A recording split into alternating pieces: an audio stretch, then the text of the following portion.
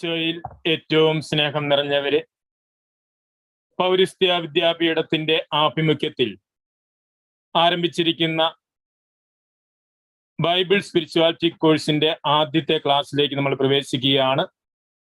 നിങ്ങൾക്കെല്ലാവർക്കും ഏറ്റവും സ്നേഹത്തോടെ സ്വാഗതം ആശംസിക്കുന്നു. ഹീബ്രു ഭാഷയിൽ ബാറൂഹീം ഹബയീം എന്ന് പറഞ്ഞുകൊണ്ടാണ് സ്വാഗതം പറയുന്നത്. അതിന്റെ അർത്ഥം വരുന്നവർ അനുഗ്രഹിക്കപ്പെട്ടവരായിരിക്കട്ടെ എന്ന. തീർച്ചയായിട്ടും ഈ കോഴ്സിലേക്ക് 3 മാസക്കാലം നിലനിൽക്കുന്ന ഈ കോഴ്സിലേക്ക് പ്രവേശിക്കുന്ന നാം ഓരോരുത്തർക്കും ദൈവത്തിന്റെ അനുഗ്രഹം ധാരാളമായി ഉണ്ടാകട്ടെ എന്ന പ്രാർത്ഥനയോടെ, ആശംസയോടെ നമുക്ക് ഈ ക്ലാസ് ആരംഭിക്കാം. 12 ക്ലാസ്സുകളിലായി ക്രമീകരിച്ചിരിക്കുന്നതാണ് നമ്മുടെ ഈ കോഴ്സ്. അതിൽ 4 ക്ലാസ്സുകൾ പഴയ നിയമത്തെ അടിസ്ഥാനപ്പെടുത്തിയും 8 ക്ലാസ്സുകൾ പുതിയ നിയമത്തെ അടിസ്ഥാനപ്പെടുത്തിയുമാണ്. നമ്മൾ പഴയ നിയമത്തെ അടിസ്ഥാനപ്പെടുത്തിയ 4 ക്ലാസ്സുകൾ ഇന്ന് തന്നിരിക്കുന്ന വിഷയം പേട്രിയാർക്കൽ സ്പിരിച്വാലിറ്റി, പൂർവ്വപിതാക്കന്മാരുടെ സ്പിരിച്വാലിറ്റി എന്നാണ്. അത് ഉൽപ്പത്തി പുസ്തകത്തെ അടിസ്ഥാനമാക്കിയുള്ള ഒരു ആത്മീയ വിചിന്തനം നടത്തുക എന്നാണ് നമ്മൾ ലക്ഷ്യം വെക്കുന്നത്. തുടർന്ന് പഞ്ചഗ്രന്ഥത്തിലെ മറ്റു പുസ്തകങ്ങളെ അടിസ്ഥാനപ്പെടുത്തി കവനന്റൽ സ്പിരിച്വാലിറ്റിയെ കുറിച്ച് അടുത്ത ആഴ്ച ക്ലാസ് കാണും. അതിനുശേഷം പഴയ നിയമത്തിൽ നിന്നുള്ളത് പ്രൊഫറ്റിക്കൽ സ്പിരിച്വാലിറ്റി, പ്രവാചക ഗ്രന്ഥങ്ങളെ അടിസ്ഥാനപ്പെടുത്തിയും പിന്നെ പ്രബോധന ഗ്രന്ഥങ്ങളെ അടിസ്ഥാനപ്പെടുത്തി നമുക്ക് പ്രാർത്ഥന അല്ലെങ്കിൽ പ്രബോധന ഗ്രന്ഥത്തിന്റെ ആധ്യാത്മികതയെ കുറിച്ച് നമുക്ക് പഠനമുണ്ട്. നമുക്ക് ആത്മീയത എന്ന് പറഞ്ഞാൽ എന്താണ് എന്ന് ചോദിച്ചാൽ, ദൈവം നമുക്ക് നൽകിയിരിക്കുന്ന ആത്മാവിനെ ദൈവത്തിന്റെ പക്കലേക്ക് തിരിച്ച് ഏൽപ്പിക്കേണ്ടവരാണ് നമ്മൾ. ഇന്ന് സഭാപ്രസംഗന്റെ പുസ്തകം 12-ാം അധ്യായം 7-ാം വചനത്തിൽ വായിച്ചു കേട്ടതുപോലെ, ധൂളി അതിൻ്റെ ഉറവിടമായ മണ്ണിലേക്ക് പോകുന്നു. ധൂളി എന്ന് പറഞ്ഞാൽ നമ്മുടെ ശരീരം, അതിൻ്റെ ഉറവിടമായി മണ്ണിലേക്ക് പോകുന്നു. അതിൽ വസിക്കുന്ന ആത്മാവ് ദൈവത്തിന്റെ പക്കലേക്ക് മടങ്ങാനുള്ളത്. ആ ദൈവത്തിന്റെ പക്കലേക്ക് മടങ്ങാനുള്ള ആത്മാവിനെ ദൈവോന്മുഖമായി ജീവിക്കുവാനായിട്ട് സാധിക്കണം. അതാണ് നമുക്ക് സ്പിരിച്വാലിറ്റി എന്ന് പറയുന്നത്. അതുകൊണ്ട് തന്നെ ദൈവോത്മകമായുള്ള നമ്മുടെ ജീവിത യാത്രയാണ്, ദൈവഹിതം അനുസരിച്ചുള്ള നമ്മുടെ ജീവിത യാത്രയാണ് ആത്മീയത എന്നതുകൊണ്ട് അർത്ഥമാക്കുന്നത്. വിശുദ്ധ ബൈബിളിലൂടെ ദൈവത്തെക്കുറിച്ച് നമുക്ക് വെളിപ്പെടുത്തൽ കിട്ടി. ആ ദൈവിക വെളിപ്പെടുത്തലിനോട് പ്രതികരിച്ചുകൊണ്ട് നമ്മൾ എപ്രകാരം ജീവിക്കുന്നു എന്നുള്ളതാണ് യഥാർത്ഥത്തില് ആത്മീയത. അപ്പോൾ വിശുദ്ധ ബൈബിളിലൂടെ നമ്മോട് സംസാരിക്കുന്ന ദൈവത്തോട് ചേർന്ന് നമ്മൾ എപ്രകാരം ജീവിക്കുന്നു, നമ്മുടെ ആത്മാവിനെ എപ്രകാരം ദൈവോന്മുഖമാക്കി യാത്ര നടത്തുന്നു എന്നാണ്. അതിന് സഹായകമായ എല്ലാ കാര്യങ്ങളും വിശുദ്ധ ബൈബിളിലൂടെ നമുക്ക് പറഞ്ഞു തന്നിട്ടുണ്ട്, എപ്രകാരം ദൈവോന്മുഖമായി ജീവിക്കണം എന്നുള്ളത്. ഇവിടെ ഇന്ന് ഉൽപ്പത്തി പുസ്തകത്തെ അടിസ്ഥാനപ്പെടുത്തി നിങ്ങളോട് സംസാരിക്കുവാനാണ് ഞാൻ ആഗ്രഹിക്കുന്നത്. ഒരുപക്ഷെ ഈ കഴിഞ്ഞ ആഴ്ച എല്ലാവർക്കും ക്ലാസ്സിൽ നമുക്ക് കയറാൻ പറ്റിയിരുന്നില്ല. ഇന്നിപ്പോൾ ആൾക്കാർ വന്നുകൊണ്ടിരിക്കുന്ന 300 പേരായി. ബാക്കിയുള്ളവരും ഉടനെ തന്നെ കയറും. കഴിഞ്ഞ ആഴ്ച എന്നെ പരിചയപ്പെടുത്തിയിരുന്നതിന്റെ പേര് സെബാസ്റ്റ്യൻ കുറ്റ്യാനിക്കിൽ നിന്നാണ്. ഞാൻ പാലാ രൂപതയിൽ നിന്നുള്ള അച്ഛനാണ്.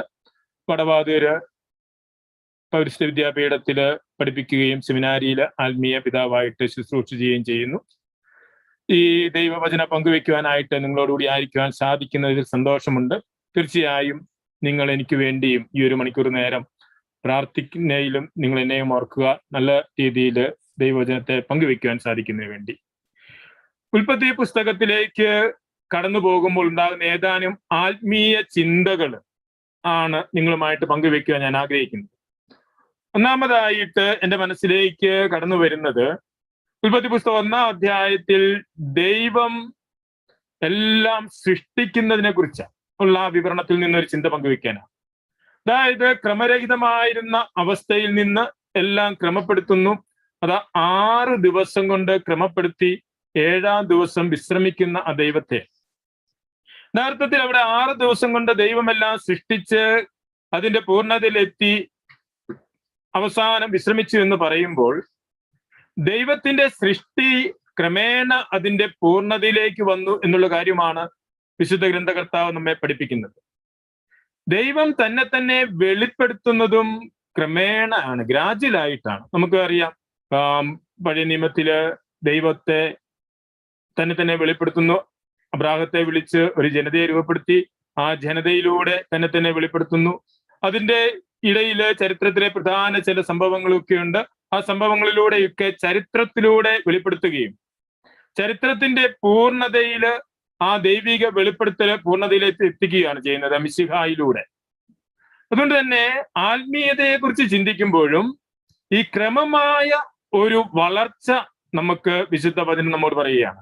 ദൈവം തന്നെ വെളിപ്പെടുത്തിയത് ക്രമേണ ആയതുപോലെ നമ്മളും ആത്മീയതയില് ദൈവോന്മുഖമായി വളരുന്നത് ഒരൊറ്റ സുപ്രഭാതം കൊണ്ട് നമുക്ക് ആത്മീയരാകാനോ അല്ലെങ്കിൽ ഒരു ധ്യാനം കൊണ്ടോ എന്തെങ്കിലും ഒരു ഒറ്റ ഇവന്റ് കൊണ്ട് നമ്മൾ ഓരോ പ്രധാനപ്പെട്ട ഇവന്റുകളൊക്കെ നമ്മെ സഹായിച്ചിരിക്കും. പക്ഷേ ആത്മീയത എന്ന് പറയുന്നത് ക്രമേണ അത് വളരുന്നതും അതിന്റെ പൂർണ്ണതയില് ദൈവത്തിന്റെ പക്കല് ഒന്നായി മാറുന്നതുമാണ് ആത്മീയത.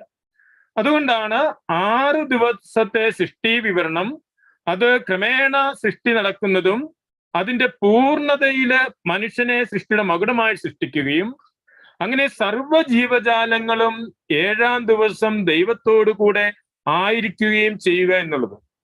അപ്പോൾ സർവ്വജീവജാലങ്ങളുടെ ലക്ഷ്യം എന്താണ്? മനുഷ്യനെ സൃഷ്ടിയുടെ മകുടമായി സൃഷ്ടിച്ച മനുഷ്യന്റെ ആത്യന്തികമായ ലക്ഷ്യം എന്താണ്? ദൈവത്തിന്റെ കൂടെയായിരിക്കുക. അപ്പൊ അതുകൊണ്ടാണ് ഇന്ന് നമ്മൾ സഭാപ്രസംഗൻ പറഞ്ഞത് ദൈവത്തിൽ നിന്നും വന്ന ആത്മാവ് ദൈവത്തിലേക്ക് തിരിച്ചു പോകുന്നുവെന്ന്. ആ വിധത്തില് ദൈവോന്മുഖമായുള്ള വളർച്ചയാണ് നമ്മുടെ ആത്മീയത. അത് ക്രമേണ അതിന്റെ പൂർണ്ണതയിലേക്ക് വരും. നമ്മളൊക്കെ വളരുന്നതനുസരിച്ച് നമ്മുടെ ആത്മീയത അതിന്റെ പൂർണ്ണതയിലേക്ക് വരുവാനുള്ളതാണ് എന്നുള്ള തിരിച്ചറിവാണ് ഈ പാഠം നമ്മെ കാത്തിൻ തരുന്നത്. നമ്മുടെ വളർച്ചയ്ക്ക് അനുസരിച്ച് തളർന്നു പോകേണ്ടതല്ല, വളർന്നു വരുന്നതനുസരിച്ച് ഈശോ വളർന്ന് പ്രായത്തിലും ജ്ഞാനത്തിലും ദൈവത്തിനും മനുഷ്യൻ പ്രീതിയിൽ വളർന്നു എന്ന് പറയുന്നത് പോലെ നമ്മൾ വളരുന്നതനുസരിച്ച് നമ്മളിൽ ആഴപ്പെട്ടു വരേണ്ട ഒരു ആത്മീയത ഉണ്ടായിരിക്കണമെന്നാണ് വിശുദ്ധ ബൈബിൾ ആദ്യം നമുക്ക് പറഞ്ഞു തരുന്നത്. രണ്ടാമതായി ഇപ്രകാരം സൃഷ്ടിച്ച ആ സൃഷ്ടിയുടെ മകുടമായി മനുഷ്യനെ സൃഷ്ടിച്ചു എന്നാണ് പറയുന്നത്. അതുകൊണ്ട് തന്നെ ദൈവാത്മാവ് നമ്മളിൽ നിക്ഷേപിക്കുക, മനുഷ്യനിലാണ് ദൈവം തന്റെ ചൈതന്യം നിക്ഷേപിക്കുന്നത്. അതുപോലെ തന്നെ മനുഷ്യന്റെ ആത്മാവാണ് ദൈവോന്മുഖമായി വളരുന്നത്. അതുകൊണ്ട് തന്നെ വിശുദ്ധ ബൈബിളിൽ നിന്ന് നമുക്ക് ലഭിക്കുന്ന ഒന്നാമത്തെ അടുത്തൊരു ആത്മീയത നല്ല മനുഷ്യരായി മാറുക എന്നുള്ളതാണ്. നല്ല മനുഷ്യരായി മാറുക. ദൈവം മനുഷ്യനെ തന്റെ ഛായയിലും സാദൃശ്യത്തിലും സൃഷ്ടിച്ചു. ഈശോ മിശിഹ തന്റെ രക്ഷാകര സംഭവം പൂർത്തിയാക്കാൻ വേണ്ടി വചനം മനുഷ്യനായി അവതരിച്ചുകൊണ്ട് പഴയ നിയമത്തിൽ വചനത്തിലൂടെ വിവിധ സാഹചര്യങ്ങളിൽ വെളിപ്പെടുത്തിയ മനുഷ്യകുലത്തെ നയിച്ച ദൈവം ആ വെളിപ്പെടുത്തലിന്റെ പൂർണ്ണതയിൽ മനുഷ്യനായി മാറിക്കൊണ്ടാണ് ഈ ദൈവിക വെളിപ്പെടുത്തലിന്റെ പൂർണ്ണതയിൽ എത്തിക്കുന്നത്. അതുപോലെ തന്നെ നമ്മെ സംബന്ധിച്ചും നല്ല ഒരു മനുഷ്യനായിരിക്കുക. അതുകൊണ്ട് തന്നെ മനുഷ്യത്വത്തിന്റെ മനുഷ്യാസ്തിത്വം എന്താണെന്നും മനുഷ്യന്റെ ദൗത്യം എന്താണെന്നും വിശുദ്ധ ബൈബിൾ നമ്മെ പഠിപ്പിക്കുന്നുണ്ട്. ആദ്യമായിട്ട് ആ ഒരു ചിന്തയാണ് എനിക്ക് നിങ്ങളുമായിട്ട് പങ്കുവയ്ക്കാനുള്ളത്. എന്താണ് മനുഷ്യൻ? മനുഷ്യനെ കുറിച്ച് ഉൽപ്പത്തി പുസ്തകം 1-ാം അധ്യായം 1 മുതൽ 1-ാം അധ്യായം 26, 27, 28 വചനങ്ങൾ പറയുന്നുണ്ട്. ദൈവം തന്റെ ഛായയിലും സാദൃശ്യത്തിലും മനുഷ്യനെ സൃഷ്ടിച്ചു എന്ന്. നമ്മൾക്ക് വേദപാഠ ക്ലാസ് തൊട്ട് പഠിക്കുന്ന ഒരു കാര്യമാണ്. ദൈവം തന്റെ ഛായയിലും സാദൃശ്യത്തിലും മനുഷ്യനെ സൃഷ്ടിച്ചു. ഇവിടെ ഇരിക്കുന്ന പലരും തന്നെ ആ വേദപാഠം പഠിപ്പിക്കുകയും കൊച്ചു പിള്ളേരൊക്കെ പറഞ്ഞു കൊടുക്കുകയും ചെയ്തിട്ടുണ്ട്. യഥാർത്ഥത്തില് എന്താണ് ദൈവം തന്റെ ഛായയിലും സാദൃശ്യത്തിലും മനുഷ്യനെ സൃഷ്ടിച്ചു എന്ന് പറയുമ്പോൾ അർത്ഥമാക്കുന്നത്? നമുക്ക് പല ഉത്തരങ്ങൾ കാണും. ദൈവത്തെ അറിഞ്ഞ് ദൈവത്തെ അനുഭവിച്ച് ജീവിക്കുവാനുള്ള മനുഷ്യന്റെ സാധ്യതയാണ്, ദൈവം നൽകിയിട്ടുള്ള സ്വാതന്ത്ര്യമാണ്, നന്മതിന്മകളെ തിരിച്ചറിയുവാനുള്ള വിവേകമാണ്. അങ്ങനെ പല വിധത്തിലുള്ള ഉത്തരങ്ങള് മനുഷ്യൻ തന്റെ ഛായയിലും സാദൃശ്യത്തിലും സൃഷ്ടിക്കപ്പെട്ടു എന്ന് പറയുമ്പോൾ അർത്ഥമാക്കുന്നു എന്നുണ്ട്. എന്നാൽ ഇതിന്റെ എല്ലാം കൂടി സമഗ്രമായിട്ട് എന്താണ് മനുഷ്യൻ തന്റെ ഛായയിലും സാദൃശ്യത്തിലും, അല്ലെങ്കിൽ മനുഷ്യനെ ദൈവം തന്റെ ഛായയിലും സാദൃശ്യത്തിലും സൃഷ്ടിച്ചു എന്ന് പറയുമ്പോൾ അർത്ഥമാക്കേണ്ടത് എന്ന് ചോദിച്ചാൽ അതിന് വ്യക്തമായ ഉത്തരം ഉൽപ്പത്തി പുസ്തകം തന്നെ 5-ാം അധ്യായം 3-ാം തിരുവചനം പറയുന്നുണ്ട്. ഉൽപ്പത്തി പുസ്തകം 5-ാം അധ്യായം 3-ാം തിരുവചനത്തിൽ പറയുന്നത്, അല്ലെങ്കിൽ 5-ാം അധ്യായം 1, 2, 3 വചനങ്ങൾ വായിച്ചു നോക്കുകയാണെങ്കിൽ നമുക്ക് കാണും, ദൈവം ആദിയിൽ മനുഷ്യനെ പുരുഷനും സ്ത്രീയുമായി സൃഷ്ടിച്ചു. അത് കഴിഞ്ഞ് അവിടെ പറയുക, 3-ാം അധ്യായത്തിൽ പറയാണ്, ആദത്തിന് 130 വയസ്സായപ്പോൾ അവന്റെ ഛായയിലും സാദൃശ്യത്തിലും ഒരു പുത്രൻ ജനിച്ചു എന്നുള്ളതാണ്. അപ്പോൾ ആദത്തിന് തന്റെ ഛായയിലും സാദൃശ്യത്തിലും പുത്രൻ ജനിക്കുന്നു. യഥാർത്ഥത്തില് ദൈവം തന്റെ ഛായയിലും സാദൃശ്യത്തിലും മനുഷ്യനെ സൃഷ്ടിച്ചു എന്ന് പറയുമ്പോൾ അതിന്റെ അർത്ഥം എന്താണ്? ദൈവത്തിന്റെ മക്കളുടെ സ്ഥാനത്തേക്ക് മനുഷ്യനെ സൃഷ്ടിച്ചു എന്നാണ്. കാരണം ഛായയിലും സാദൃശ്യത്തിലും ആയിരിക്കുക എന്ന് പറഞ്ഞാൽ മക്കളായിരിക്കുക എന്നുള്ളതാണ്. നമുക്കറിയാം, കാർന്നോന്മാരുടെ ഛായയിലും സാദൃശ്യത്തിലുമാണ് മക്കള് ജനിക്കപ്പെടുന്നത്. അപ്പോൾ ദൈവം തന്റെ ഛായയിലും സാദൃശ്യത്തിൽ മനുഷ്യനെ സൃഷ്ടിച്ചു എന്ന് പറയുമ്പോൾ വിശുദ്ധ വചനം നമ്മെ പഠിപ്പിക്കുന്നത് നമ്മൾ ദൈവമക്കളായി സൃഷ്ടിക്കപ്പെട്ടുന്നുള്ളത്. ആ ദൈവമക്കളായി സൃഷ്ടിക്കപ്പെട്ട് നമുക്ക് പിതാവിനെ അറിയുവാനും പിതാവിന്റെ ഹിതമനുസരിച്ച് ജീവിക്കുവാനുമുള്ള സാധ്യതയുണ്ട്, സ്വാതന്ത്ര്യമുണ്ട്. അതെല്ലാം നമുക്ക് മക്കളായിരിക്കുമ്പോൾ ലഭിക്കുന്ന ഒരു കാര്യമാണ്. ആദിമ പാപത്തിലൂടെ ആ മക്കളുടെ സ്ഥാനം നഷ്ടപ്പെടുത്തുകയും പിന്നീട് ഈശോ മിശിഹായിലൂടെ അത് വീണ്ടെടുക്കപ്പെടുകയും ചെയ്തു എന്ന് നമ്മൾ പിന്നീട് രക്ഷാചരിത്രം പഠിക്കുമ്പോൾ അറിയാൻ സാധിക്കും. അതുകൊണ്ടാണ് ഈശോ മിശിഹായിൽ നമ്മൾ ദത്തുപുത്രരാണ് എന്ന് പറയുന്നത്. മിശിഹായിൽ നമ്മൾ ആ പുത്രസ്ഥാനം വീണ്ടെടുക്കപ്പെടുകയാണ്. അപ്പോൾ ദൈവമക്കളാണ് എന്നുള്ള ബോധ്യത്തില് പിതാവിനോട് ചേർന്ന് വളരുക എന്നുള്ളതാണ് വിശുദ്ധ വചനം തരുന്ന ഒരു ആത്മീയത. ഇനി എന്താണ് ആ ദൈവമക്കളുടെ സ്ഥാനത്തുള്ള നമ്മുടെ ഉത്തരവാദിത്വം എന്ന് വിശുദ്ധ ബൈബിള് പറഞ്ഞു തരുന്നുണ്ട്. ഇവിടെ ഞാൻ ഇന്ന് ഈ പേട്രിയാർക്കൽ സ്പിരിച്വാലിറ്റി എന്ന് പറയുമ്പോൾ ആദ്യ ഉൽപ്പത്തി പുസ്തകത്തിന്റെ ആരംഭം മുതൽ അവസാനം വരെ 50 പാഠങ്ങളിലൂടെ ഒരു ഓട്ടം നടത്തി നമുക്ക് ഈ 50 അധ്യായങ്ങളിൽ നിന്ന് കിട്ടാവുന്ന ഏതാനും ആത്മീയ ദർശനങ്ങളാണ് നിങ്ങളോട് പങ്കുവെക്കുന്നത്. അതുകൊണ്ടാണ് ഞാൻ ഉൽപ്പത്തി പുസ്തകം ആരംഭം തന്നെ തുടങ്ങിയത്. അതുകൊണ്ട് പൂർവ്വപിതാക്കന്മാരിലേക്ക് നമ്മൾ പിന്നീട് ചെല്ലും. പൂർവ്വപിതാക്കന്മാരുടെ കാലഘട്ടത്തിന് മുൻപുള്ള കാലം നമുക്കറിയാം. ഈ ചരിത്രാതീത കാലഘട്ടത്തെക്കുറിച്ചുള്ള വിവരണവും പഠനവും ഒക്കെ നിങ്ങൾക്കറിയാം. നാനാവിധത്തിലുള്ള ബിബ്ലിക്കൽ ഇൻഫർമേഷനിലേക്കൊന്നും പോകാതെ ആത്മീയ ദർശനങ്ങൾ പ്രധാനമായിട്ട് നിങ്ങളുമായിട്ട് പങ്കുവെക്കാനാണ് ഉദ്ദേശിക്കുന്നത്. അപ്പോൾ ദൈവമക്കളായിട്ട് സൃഷ്ടിക്കപ്പെട്ട മനുഷ്യൻ ആ ദൈവമക്കളുടെ കടമ നിർവഹിച്ച് ജീവിക്കുക എന്നുള്ളതാണ് യഥാർത്ഥത്തിൽ നമുക്കുണ്ടായിരിക്കേണ്ട ആത്മീയത. ദൈവമക്കളായിട്ട് സൃഷ്ടിക്കപ്പെട്ടതാണ്. അപ്പോൾ മക്കളുടെ കടമ നിർവഹിച്ച് മനുഷ്യനെ ഏദൻ തോട്ടത്തിലാക്കുമ്പോൾ നമുക്കറിയാം, ഉൽപ്പത്തി പുസ്തകം 2-ാം അധ്യായത്തിൽ ഏദൻ തോട്ടത്തിൽ മനുഷ്യനാക്കുന്ന കാര്യമുണ്ട്. 2-ാം അധ്യായം 15-16 വാക്യങ്ങൾ. അവിടെ ഏദൻ തോട്ടത്തിൽ മനുഷ്യനെ ആക്കുമ്പോൾ മനുഷ്യനൊരു ദൗത്യം ദൈവം കൊടുക്കുന്നുണ്ട്.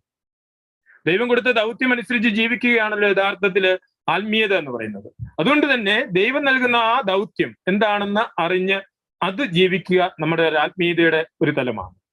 ഒന്നാമത് ദൈവം കൊടുത്ത ദൗത്യം എന്താണെന്ന് ഉൽപ്പത്തി പുസ്തകം 2-ാം അധ്യായം 15-16 വചനങ്ങളിൽ നമുക്ക് കാണുവാനായിട്ട് സാധിക്കും. അവിടെ പറഞ്ഞിരിക്കുന്നത് എന്താണ്? 15-ാം വചനം, ഏദൻ തോട്ടം കൃഷി ചെയ്യാനും സംരക്ഷിക്കാനും ദൈവമായ കർത്താവ് മനുഷ്യനെ അവിടെയാക്കി. അപ്പോൾ ദൈവം ഏദനിൽ ഒരു തോട്ടം ഉണ്ടാക്കി എന്നാ പറഞ്ഞത്. ഏദൻ എന്ന് പറഞ്ഞാൽ തന്നെ വെളിംപ്രദേശം എന്ന അർത്ഥം.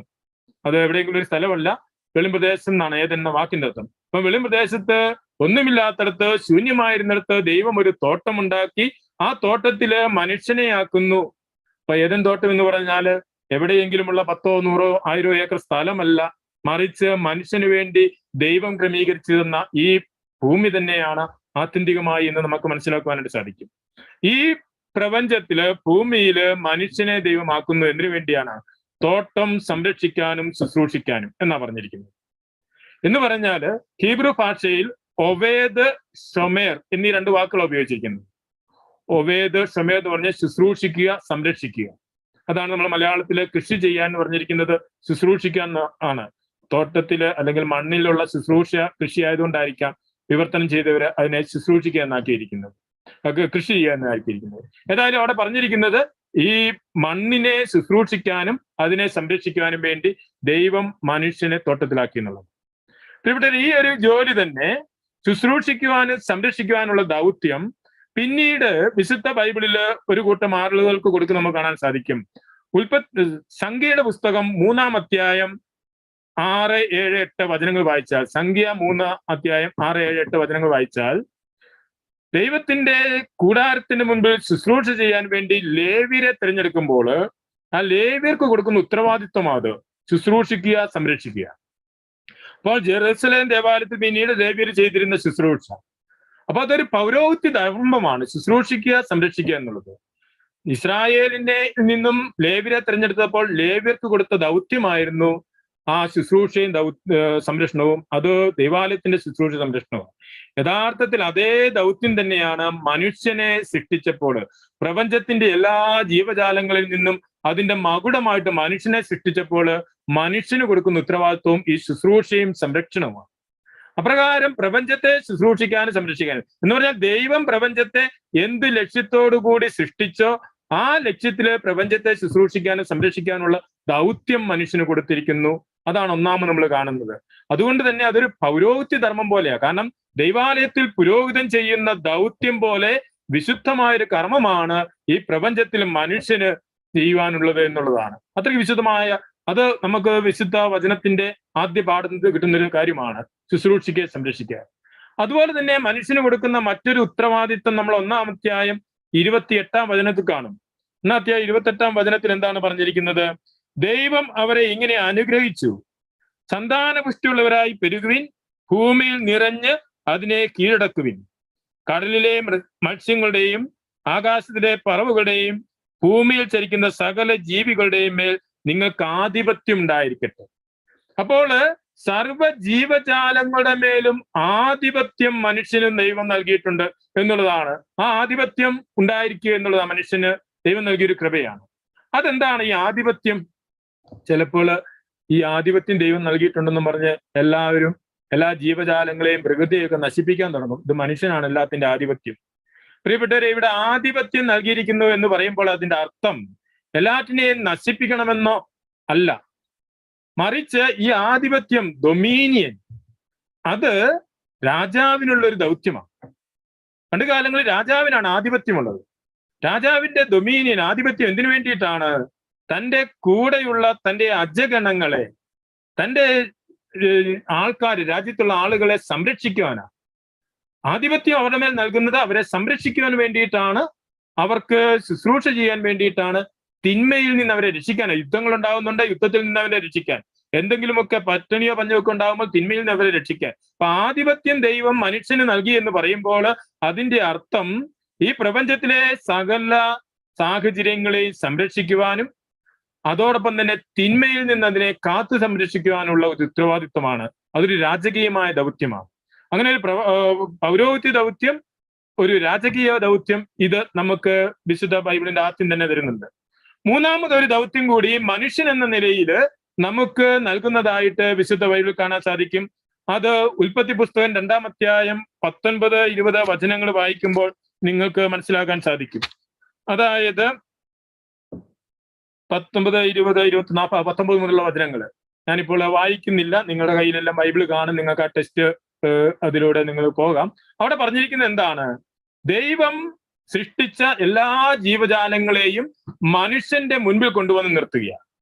അങ്ങനെ മനുഷ്യന്റെ മുൻപിൽ കൊണ്ടുവന്ന് നിർത്തിയിട്ട് മനുഷ്യനോട് പറയുന്നു, നീ ഇവയ്ക്കെല്ലാം പേരിടാൻ. മനുഷ്യൻ വിളിച്ചത് അവയുടെ പേരായി മാറിയെന്നാണ് തിരുവചനത്തിൽ പറഞ്ഞിരിക്കുന്നത്. പ്രിയപ്പെട്ടവർ, അവിടെ പറഞ്ഞു ദൈവം എല്ലാം സൃഷ്ടിച്ചു എന്നാണ് ആ വചനത്തിൽ പറഞ്ഞിരിക്കുന്നത്. ദൈവം സൃഷ്ടിച്ച എല്ലാത്തിനെയും മനുഷ്യന്റെ മുമ്പിൽ കൊണ്ടുവന്നിരിക്കുകയാണ്. ദൈവം സൃഷ്ടിച്ചതാണെങ്കിൽ സൃഷ്ടാവിന്റെ ഉത്തരവാദിത്വമാണ്, സൃഷ്ടാവിന്റെ അവകാശമാണ് സൃഷ്ടവസ്തുക്കൾക്ക് പേരിടുക എന്നുള്ളത്. ഇവിടെ ഇതാ ദൈവം എല്ലാം സൃഷ്ടിച്ചു എന്ന് പറഞ്ഞിട്ട് എല്ലാ ജീവജാലങ്ങളെയും മനുഷ്യന്റെ മുൻപിൽ കൊണ്ടുവന്ന് നിർത്തി, എന്നിട്ട് മനുഷ്യനോട് പറയുക നീ അതിന് പേരിടുക എന്ന് പറഞ്ഞാൽ ദൈവത്തിന്റെ സ്ഥാനത്ത് നിന്നുകൊണ്ട് ആ ജീവജാലങ്ങൾക്ക് പേരിടുവാനുള്ള ദൗത്യം മനുഷ്യന് കൊടുക്കുകയാണ്. ദൈവത്തിന് വേണ്ടി സംസാരിക്കുവാനുള്ള ദൗത്യം കൊടുക്കുകയാണ്. അതുകൊണ്ട് തന്നെ ഉൽപ്പത്തി പുസ്തകം 2-ാം അധ്യായം 19 വചനങ്ങളിൽ നമ്മൾ കാണും, മനുഷ്യന് ദൈവം മറ്റൊരു ദൗത്യം കൂടി കൊടുക്കുകയാണ്. എന്താണ്? ദൈവത്തിന് വേണ്ടി സംസാരിക്കുന്നതിനായി മാറുക. അത് ദൈവത്തിന്റെ പ്രവാചകനായി മാറുക. ദൈവത്തിന് വേണ്ടി സംസാരിക്കുന്നവനാ ദൈവത്തിന്റെ പ്രവാചകൻ. അപ്പോൾ ഉൽപ്പത്തി പുസ്തകം 1-2 അധ്യായത്തിൽ നമുക്ക് നൽകുന്ന വലിയൊരു ആത്മീയത, ദൈവത്തിന്റെ പ്രവാചകനാകുക, ദൈവത്തിന്റെ പുരോഹിതനാകുക, ദൈവത്തിന്റെ രാജാവാകുക. അങ്ങനെ പ്രവാചക രാജകീയ പൗരോഹിത്യ ധർമ്മം നിർവഹിച്ചുകൊണ്ട് ദൈവത്തിന്റെ ഹിതം നിർവഹിക്കാനാണ് നമ്മെ വിളിച്ചിരിക്കുന്നത്. ഇനി അപ്രകാരം നമ്മൾ കാണും 2-ാം അധ്യായം 19 മുതലുള്ള വചനം വായിക്കുമ്പോൾ ഈ മനുഷ്യൻ എല്ലാറ്റിനും പേരിടുക. പേരിടണമെങ്കിൽ നമുക്കറിയാം എന്ത് വേണം? ബന്ധമുള്ളവരെ പേര് വിളിക്കാൻ പറ്റൂ. മനുഷ്യൻ എങ്ങനെയാണ്? അപ്പം മനുഷ്യനോട് എല്ലാറ്റിനെയും പേരിട്ടുക എന്ന് പറയുമ്പോൾ ഈ ജീവജാലങ്ങൾ എല്ലാമായിട്ട് നല്ല ബന്ധത്തില് ജീവിക്കുക, എല്ലാത്തിനെയും ആയിട്ട് നല്ല പ്രകൃതിയോട് ഇണങ്ങി മറ്റു ജീവജാലങ്ങളോട് ഇണങ്ങി ജീവിക്കാൻ വിളിക്കപ്പെട്ടവനാണ് മനുഷ്യൻ എന്നൊരു ദൗത്യം നമുക്ക് കാണാൻ സാധിച്ചു. അങ്ങനെ മനുഷ്യൻ എല്ലാറ്റിനെയും പേരിട്ട് വന്നപ്പോഴാണ് ഇത് അവസാനം വന്നപ്പോൾ തന്നെ പോലെ തന്നെ ഒരാൾ ഇരിക്കുന്നു നമ്മൾ കാണുകയാണ്. അങ്ങനെ തന്നെ പോലെ തന്നെ ആളെ കണ്ടപ്പോൾ ഇത് തന്റെ മാംസവും അസ്ഥിയുടെ അസ്ഥിയും എന്ന് പറഞ്ഞുകൊണ്ട് അതിനെ പ്രത്യേകമായിട്ട് പരിഗണിക്കുക. അതും ദൈവവചനം നൽകുന്നൊരു ദർശനമാണ്. എല്ലാ ജീവജാലങ്ങളെയും പരിഗണിക്കുമ്പോഴും നിന്നെപ്പോലെയുള്ള മനുഷ്യനെ നിന്നെപ്പോലെ തന്നെ കരുതുവാനായിട്ടുള്ള വിളിയാണ്.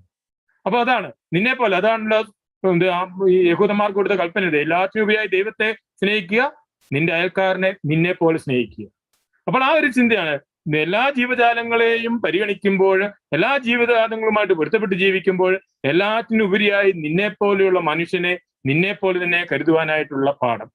അങ്ങനെ മനുഷ്യന് ഉണ്ടായിരിക്കേണ്ട ഒരു ആത്മീയ ദർശനം, അത് പ്രകൃതിയോട് ഇണങ്ങിച്ചേർക്കുക, പ്രകൃതിയെ സംരക്ഷിക്കുക, അതോടൊപ്പം തന്നെ മനുഷ്യനെ ജീവിക്കുക. അവിടെ വീണ്ടും മനുഷ്യനെ കുറിച്ച് ഒരു ദർശനം കൊടുക്കുകയാണ്. ഏകനായിരിക്കേണ്ടവനല്ല, സമൂഹമായിട്ട് ജീവിക്കേണ്ടവനാണ്. മനുഷ്യൻ സാമൂഹിക ജീവിയാണ്, കൂട്ടായ്മയിൽ ജീവിക്കേണ്ടവനാണ് എന്നുള്ള ദർശനം. അങ്ങനെ 5 കാര്യങ്ങൾ മനുഷ്യ ദർശനമായിട്ട് ഞാൻ പങ്കുവെക്കുക ചെയ്തത്. ഒന്ന്, ഒരു പൗരോഹിത്യ ദർശനം, രാജകീയ ദർശനം, പ്രവാചക ദർശനം, കൂട്ടായ്മയിൽ ജീവിക്കേണ്ടവൻ, മനുഷ്യൻ മറ്റെല്ലാ ജീവജാലങ്ങളെക്കാൾ അധികമായി തന്റെ സഹജീവികളായ മനുഷ്യരെ പ്രധാനമായിട്ട് കരുതണം എന്നുള്ള പാഠം. വീണ്ടും മനുഷ്യന്റെ സൃഷ്ടിയെക്കുറിച്ച് ഒരു ചിന്ത കൂടി നിങ്ങളുമായിട്ട് പങ്കുവെക്കാൻ സാധിക്കുന്നത്, ഉൽപ്പത്തി പുസ്തകം പഠിപ്പിക്കുന്നത് മനുഷ്യൻ സൃഷ്ടിക്കപ്പെട്ടത് സ്ത്രീയും പുരുഷനുമായാണെന്നും സ്ത്രീയും പുരുഷനുമായി സൃഷ്ടിക്കപ്പെട്ടവൻ തുല്യത അല്ലെങ്കിൽ ആ സ്ഥാനങ്ങളെ, സ്ത്രീത്വവും പുരുഷത്വവും ഒരുപോലെ വിലമതിക്കുന്നതാണ് എന്നുള്ള വലിയ പാഠവും വിശുദ്ധ ബൈബിൾ നൽകുന്നുണ്ട്. ഒരുപക്ഷെ നിങ്ങൾ വിശുദ്ധ ബൈബിളില് സ്ത്രീയുടെ സൃഷ്ടിയെക്കുറിച്ചുള്ള വിവരണം നൽകുന്നിടത്ത് അവിടെ പുരുഷന്റെ വാരിയലിൽ നിന്നും മനുഷ്യനെ സൃഷ്ടിച്ചു എന്നുള്ള കാര്യമാണ് പറഞ്ഞിരിക്കുന്നത്. അതെന്തുകൊണ്ടാണ് അങ്ങനെ പറഞ്ഞിരിക്കുന്നത്? ഇവിടെ വാരിയലിൽ നിന്ന് മനുഷ്യനെ സൃഷ്ടിച്ചു എന്ന് പറയുന്നിടത്ത് തന്നെ ഒരു കാര്യം ഗ്രന്ഥത്തിൽ എഴുതിയിട്ടുണ്ട്. അത് 2-ാം അധ്യായം അവസാന വാചനങ്ങൾ നിങ്ങൾ വായിക്കുമ്പോൾ മനസ്സിലാകും. ദൈവം മനുഷ്യനെ ഗാഢനിദ്രയിലാഴ്ത്തി എന്നാ പറയുന്നത്. ഗാഢനിദ്രയിലാഴ്ത്തിയിട്ട് ആണ് ദൈവം സ്ത്രീയെ സൃഷ്ടിക്കുന്നത് എന്ന് പറഞ്ഞാല് അവിടെ ഗ്രന്ഥകർത്താവ് അവതരിപ്പിക്കുന്ന എന്താണ്? മനുഷ്യനെ ഗാഢനിദ്രയിലാഴ്ത്തി എന്ന് പറയുമ്പോൾ മനുഷ്യൻ്റെതായ ഒരു റോളും ഇല്ല, ദൈവത്തിൻ്റെതായ പദ്ധതിയാണ്. അപ്പം സ്ത്രീയുടെ സൃഷ്ടിയും, അപ്പം ദൈവം മനുഷ്യനെ സ്ത്രീയും പുരുഷനുമായിട്ട് സൃഷ്ടിക്കുന്നത് പൂർണ്ണമായും ദൈവീകമായൊരു പദ്ധതിയാണെന്നും ആ സ്ത്രീയും പുരുഷനും കൂടി ചേരുന്നതാണ് മനുഷ്യൻ. ആദിയിൽ ദൈവം ആദാമിനെ സൃഷ്ടിച്ചു എന്ന് പറയുന്നു. ആദാം എന്ന വാക്കിന്റെ അർത്ഥം മനുഷ്യൻ എന്നാണ്. അപ്പൊ ആ ആദാം എന്നാല് അത് സ്ത്രീയും പുരുഷനുമാണ്. അത് ഉൽപ്പത്തി പുസ്തകം 5-ാം അധ്യായം 1-2 വചനം വായിച്ചപ്പോൾ അത് വളരെ വ്യക്തമായിട്ട് നിങ്ങൾ കണ്ടു കാണും. ആദത്തിന്റെ 2-ാം വചനം ഇതാണ്. 5-ാം അധ്യായം 1-2 വചനങ്ങള്. ആദത്തിന്റെ വംശാവലി ഗ്രന്ഥമാണിത്. ദൈവം മനുഷ്യനെ തന്റെ സാദൃശ്യത്തിൽ സൃഷ്ടിച്ചു, സ്ത്രീയും പുരുഷനുമായി അവരെ സൃഷ്ടിച്ചു. അപ്പം മനുഷ്യൻ എന്ന് പറയുമ്പോൾ സ്ത്രീയും പുരുഷനുമാണ്. അതുകൊണ്ട് തന്നെ വിശുദ്ധ വചനം ആദ്യം നൽകുന്ന ഒരു വലിയ മറ്റൊരു പാഠമാണ് സ്ത്രീ പുരുഷ സമത്വം, മനുഷ്യത്വം എന്ന് പറയുമ്പോൾ ഇത് രണ്ടും ഒന്നിച്ചു പോകേണ്ടതാണ്. അതേസമയം അപ്രകാരം സൃഷ്ടിക്കപ്പെട്ട മനുഷ്യൻ സ്ത്രീയും പുരുഷനും അഭേദ്യമായി ബന്ധമുള്ളവരാണെന്ന് കാണിക്കാൻ വേണ്ടിയിട്ടാണ് വാരിയലിൽ നിന്നുള്ള സൃഷ്ടി അവതരിപ്പിച്ചിരിക്കുന്നത്. അവർ സ്ത്രീയും പുരുഷനും തമ്മിലുള്ള അഭേദ്യമായ ബന്ധത്തെയും അവർ തുല്യതയുള്ളവരും അഭേദ്യമായ ബന്ധമുള്ളവരും ആണ് എന്നുള്ള കാര്യമാണ്. അങ്ങനെ ഞാൻ ആദ്യം പറഞ്ഞത് ഈ സൃഷ്ടിയുടെ അവതരണം കൊണ്ട് ക്രമേണ വളരേണ്ട ഒന്നാണ് നമ്മുടെ ആത്മീയത എന്ന് പറഞ്ഞു. രണ്ടാമത് പങ്കുവെച്ചത് മനുഷ്യത്വത്തിന്റെ ദർശനമാണ്. എപ്രകാരമായിരിക്കണം മനുഷ്യന്? കാരണം നല്ല മനുഷ്യനായിരിക്കുന്നവനാണ് ദൈവോന്മുഖനായി ജീവിക്കാൻ സാധിക്കും. അതുകൊണ്ട് നല്ല മനുഷ്യനായിരിക്കാനായിട്ടാണ് നമ്മെ ആദ്യം വിളിക്കുന്നത്. വീണ്ടും ഈ നല്ല മനുഷ്യനായിരിക്കുവാൻ വേണ്ടിയിട്ട് ഉള്ള സാധ്യതയാണ് അടുത്തത് നമുക്ക് കാണുവാനായിട്ട് സാധിക്കുന്നത്. ഏദൻ തോട്ടത്തിലാക്കുമ്പോൾ ഏദൻ തോട്ടത്തിൽ മനുഷ്യനെ ആക്കിയിട്ട് അതിന്റെ നടുവില് 2 വൃക്ഷങ്ങൾ ഉണ്ടായിരുന്ന പറയുന്നത്. ഒന്ന് ജീവന്റെ വൃക്ഷവും മറ്റൊന്ന് നന്മതിന്മയുടെ വൃക്ഷവും. യഥാർത്ഥത്തില് ദൈവം മനുഷ്യനെ തോട്ടത്തിലാക്കിയിട്ട് ആ തോട്ടത്തിലായിരിക്കുന്ന മനുഷ്യന് 2 കൊടുത്ത നിർദ്ദേശമാണ്. ഇതാ ഇവിടെ 2 വൃക്ഷങ്ങളുണ്ട്, അതിനെതിരെ നീ പാപം ചെയ്യരുത്, അതിൽ നിന്ന് ഫലം പറിച്ച് ഭക്ഷിക്കരുത് എന്നുള്ള കാര്യമാണ് പറഞ്ഞത്. അപ്പൊ എന്താണ് അത്? കാരണം അത് ചെയ്യാതിരിക്കുമ്പോഴാണ് മനുഷ്യന് ദൈവിക പദ്ധതി അനുസരിച്ച് ജീവിക്കുന്നതായി മാറുന്നത്. ഏതാ? നന്മ തിന്മയുടെ വൃക്ഷത്തിൽ നിന്ന് ഫലം പറിക്കുക, ജീവന്റെ വൃക്ഷത്തിൽ നിന്ന് ഫലം പറിക്കാതിരിക്കുക. ഈ രണ്ട് കാര്യങ്ങൾ എന്താണ് അർത്ഥമാക്കുന്നതെന്ന് കൂടി. കാരണം മനുഷ്യന് തോട്ടത്തിലായിരിക്കുമ്പോൾ ദൈവം കൊടുത്ത കൽപ്പനയാണല്ലോ, ആ ദൈവകൽപ്പന അനുസരിച്ച് ജീവിക്കുമ്പോഴാണല്ലോ മനുഷ്യൻ ആത്മീയനാകുന്നത്. അപ്പോൾ എന്താണ് ഈ രണ്ട് വൃക്ഷങ്ങൾ എന്ന് ചോദിച്ചാൽ, അതിലെ ഒന്നാമത്തെ വൃക്ഷം ജീവന്റെ വൃക്ഷം, മറ്റൊന്ന് നന്മ തിന്മയുടെ വൃക്ഷം. നന്മ തിന്മയുടെ വൃക്ഷത്തിനെതിരെ അവൻ പാപം ചെയ്തു എന്നാണ് നമ്മൾ വിശുദ്ധ വചനത്തിൽ കാണുന്നത്. അപ്പൊ നന്മ തിന്മയുടെ വൃക്ഷം എന്ന് പറയുമ്പോൾ മനുഷ്യന് തന്നെ അവനിൽ നന്മയും തിന്മയും തിരിച്ചറിഞ്ഞ് നന്മ ചെയ്ത് ദൈവോന്മുഖനാകാനുള്ള സാധ്യതയുണ്ടായിരുന്നു എന്നുള്ളതാണ്. മനുഷ്യന് തന്നെ, അത് മനുഷ്യനെ സൃഷ്ടിച്ച പ്രകാരമാണ്. നന്മ തിന്മകളെ തിരിച്ചറിഞ്ഞ് നന്മ ചെയ്ത് ദൈവോന്മുഖനായി ജീവിക്കുക, അതായിരുന്നു മനുഷ്യനെ സംബന്ധിച്ച ദൈവിക പദ്ധതിയും. പക്ഷേ മനുഷ്യൻ എന്ത് ചെയ്തു? തനിക്കുണ്ടായിരുന്ന ആ സാധ്യതയെ നഷ്ടപ്പെടുത്തുകയാണ് നന്മയ്ക്ക് പകരം തിന്മ ചെയ്തുകൊണ്ട്. അതാണ് നന്മ തിന്മയുടെ വൃക്ഷത്തിനെതിരെ അതിൽ നിന്ന് ഫലം പറിച്ചു എന്ന് പറയുമ്പോൾ അതിനെതിരെ പാപം ചെയ്യുന്നത് ദൈവത്തിന്റെ ഒരു കൽപ്പന ലംഘിച്ച് പാപം ചെയ്യുന്ന മനുഷ്യനാണ്. അപ്പൊ അവിടെ ഒരു വൃക്ഷത്തിനെതിരെ അല്ലെങ്കിൽ മനുഷ്യനുണ്ടായിരുന്ന സാധ്യത അവൻ നഷ്ടപ്പെടുത്തി കളഞ്ഞു. അവിടെയാണ് പിന്നെ ജീവന്റെ വൃക്ഷമുള്ളത്. നന്മ തിന്മയുടെ വൃക്ഷത്തിനെതിരെ പാപം ചെയ്ത് പാപത്തിന്റെ അവസ്ഥയിലായിരിക്കുന്ന മനുഷ്യൻ വീണ്ടും ആ അവസ്ഥയിൽ നിത്യമായി നശിക്കാൻ ദൈവം ആഗ്രഹിക്കുന്നില്ല. അതുകൊണ്ട് എന്ത് ചെയ്തു? അവൻ ഇനി ജീവന്റെ വൃക്ഷത്തിനും കൂടി എതിരായി പാപം ചെയ്യാതിരിക്കാൻ അവനെ അകറ്റി നിർത്തുകയും ജീവന്റെ വൃക്ഷത്തിൽ നിന്നും തക്കതായ സമയത്ത് ഫലം നൽകുകയും ചെയ്യുന്ന ദൈവത്തെയാണ് നമുക്ക് വിശുദ്ധ ബൈബിളിൽ കാണുവാനായിട്ട് സാധിക്കുന്നത്. അതുകൊണ്ടാണ് നമ്മൾ അവിടെ ഉൽപ്പത്തി പുസ്തകത്തിൽ കാണുന്നുണ്ട്, അവനെ ജീവന്റെ വൃക്ഷത്തിൽ നിന്നും ഫലം പറിക്കാതിരിക്കാൻ അകറ്റി നിർത്തി എന്നുള്ളത്. ഇവിടെ ഞാൻ ഇതിങ്ങനെ പെട്ടെന്ന് പറഞ്ഞു പോകുന്നത്, നിങ്ങൾ എല്ലാവരും തന്നെ ബൈബിള് ഇഷ്ടംപോലെ വായിക്കുകയും പഠിക്കുകയും ചെയ്തിട്ടുള്ളവരാണ്. അതുകൊണ്ട് പശ്ചാത്തലം എല്ലാം അറിയാവുന്നത് കൊണ്ട് ഞാൻ ആ വചനഭാഗത്തിലേക്കോ അല്ലെങ്കിൽ കൂടുതൽ വിശദീകരണത്തിലേക്ക് പോകുന്നില്ല.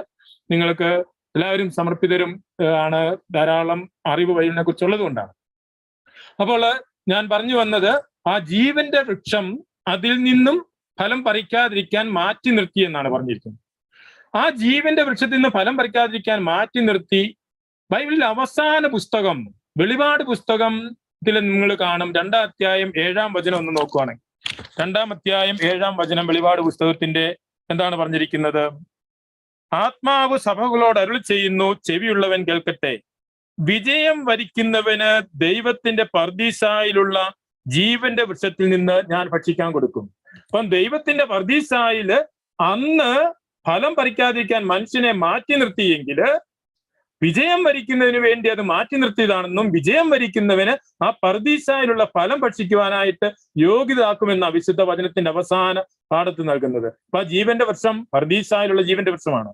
ആ ജീവന്റെ വൃക്ഷം എന്താണെന്ന് വെളിപാട് പുസ്തകം 22-ാം അധ്യായം ഒന്ന് നോക്കുകയാണെങ്കിൽ, 22-ാം അധ്യായം 2-ാം വചനത്തിലേക്ക് നമ്മളൊന്ന് വരാം.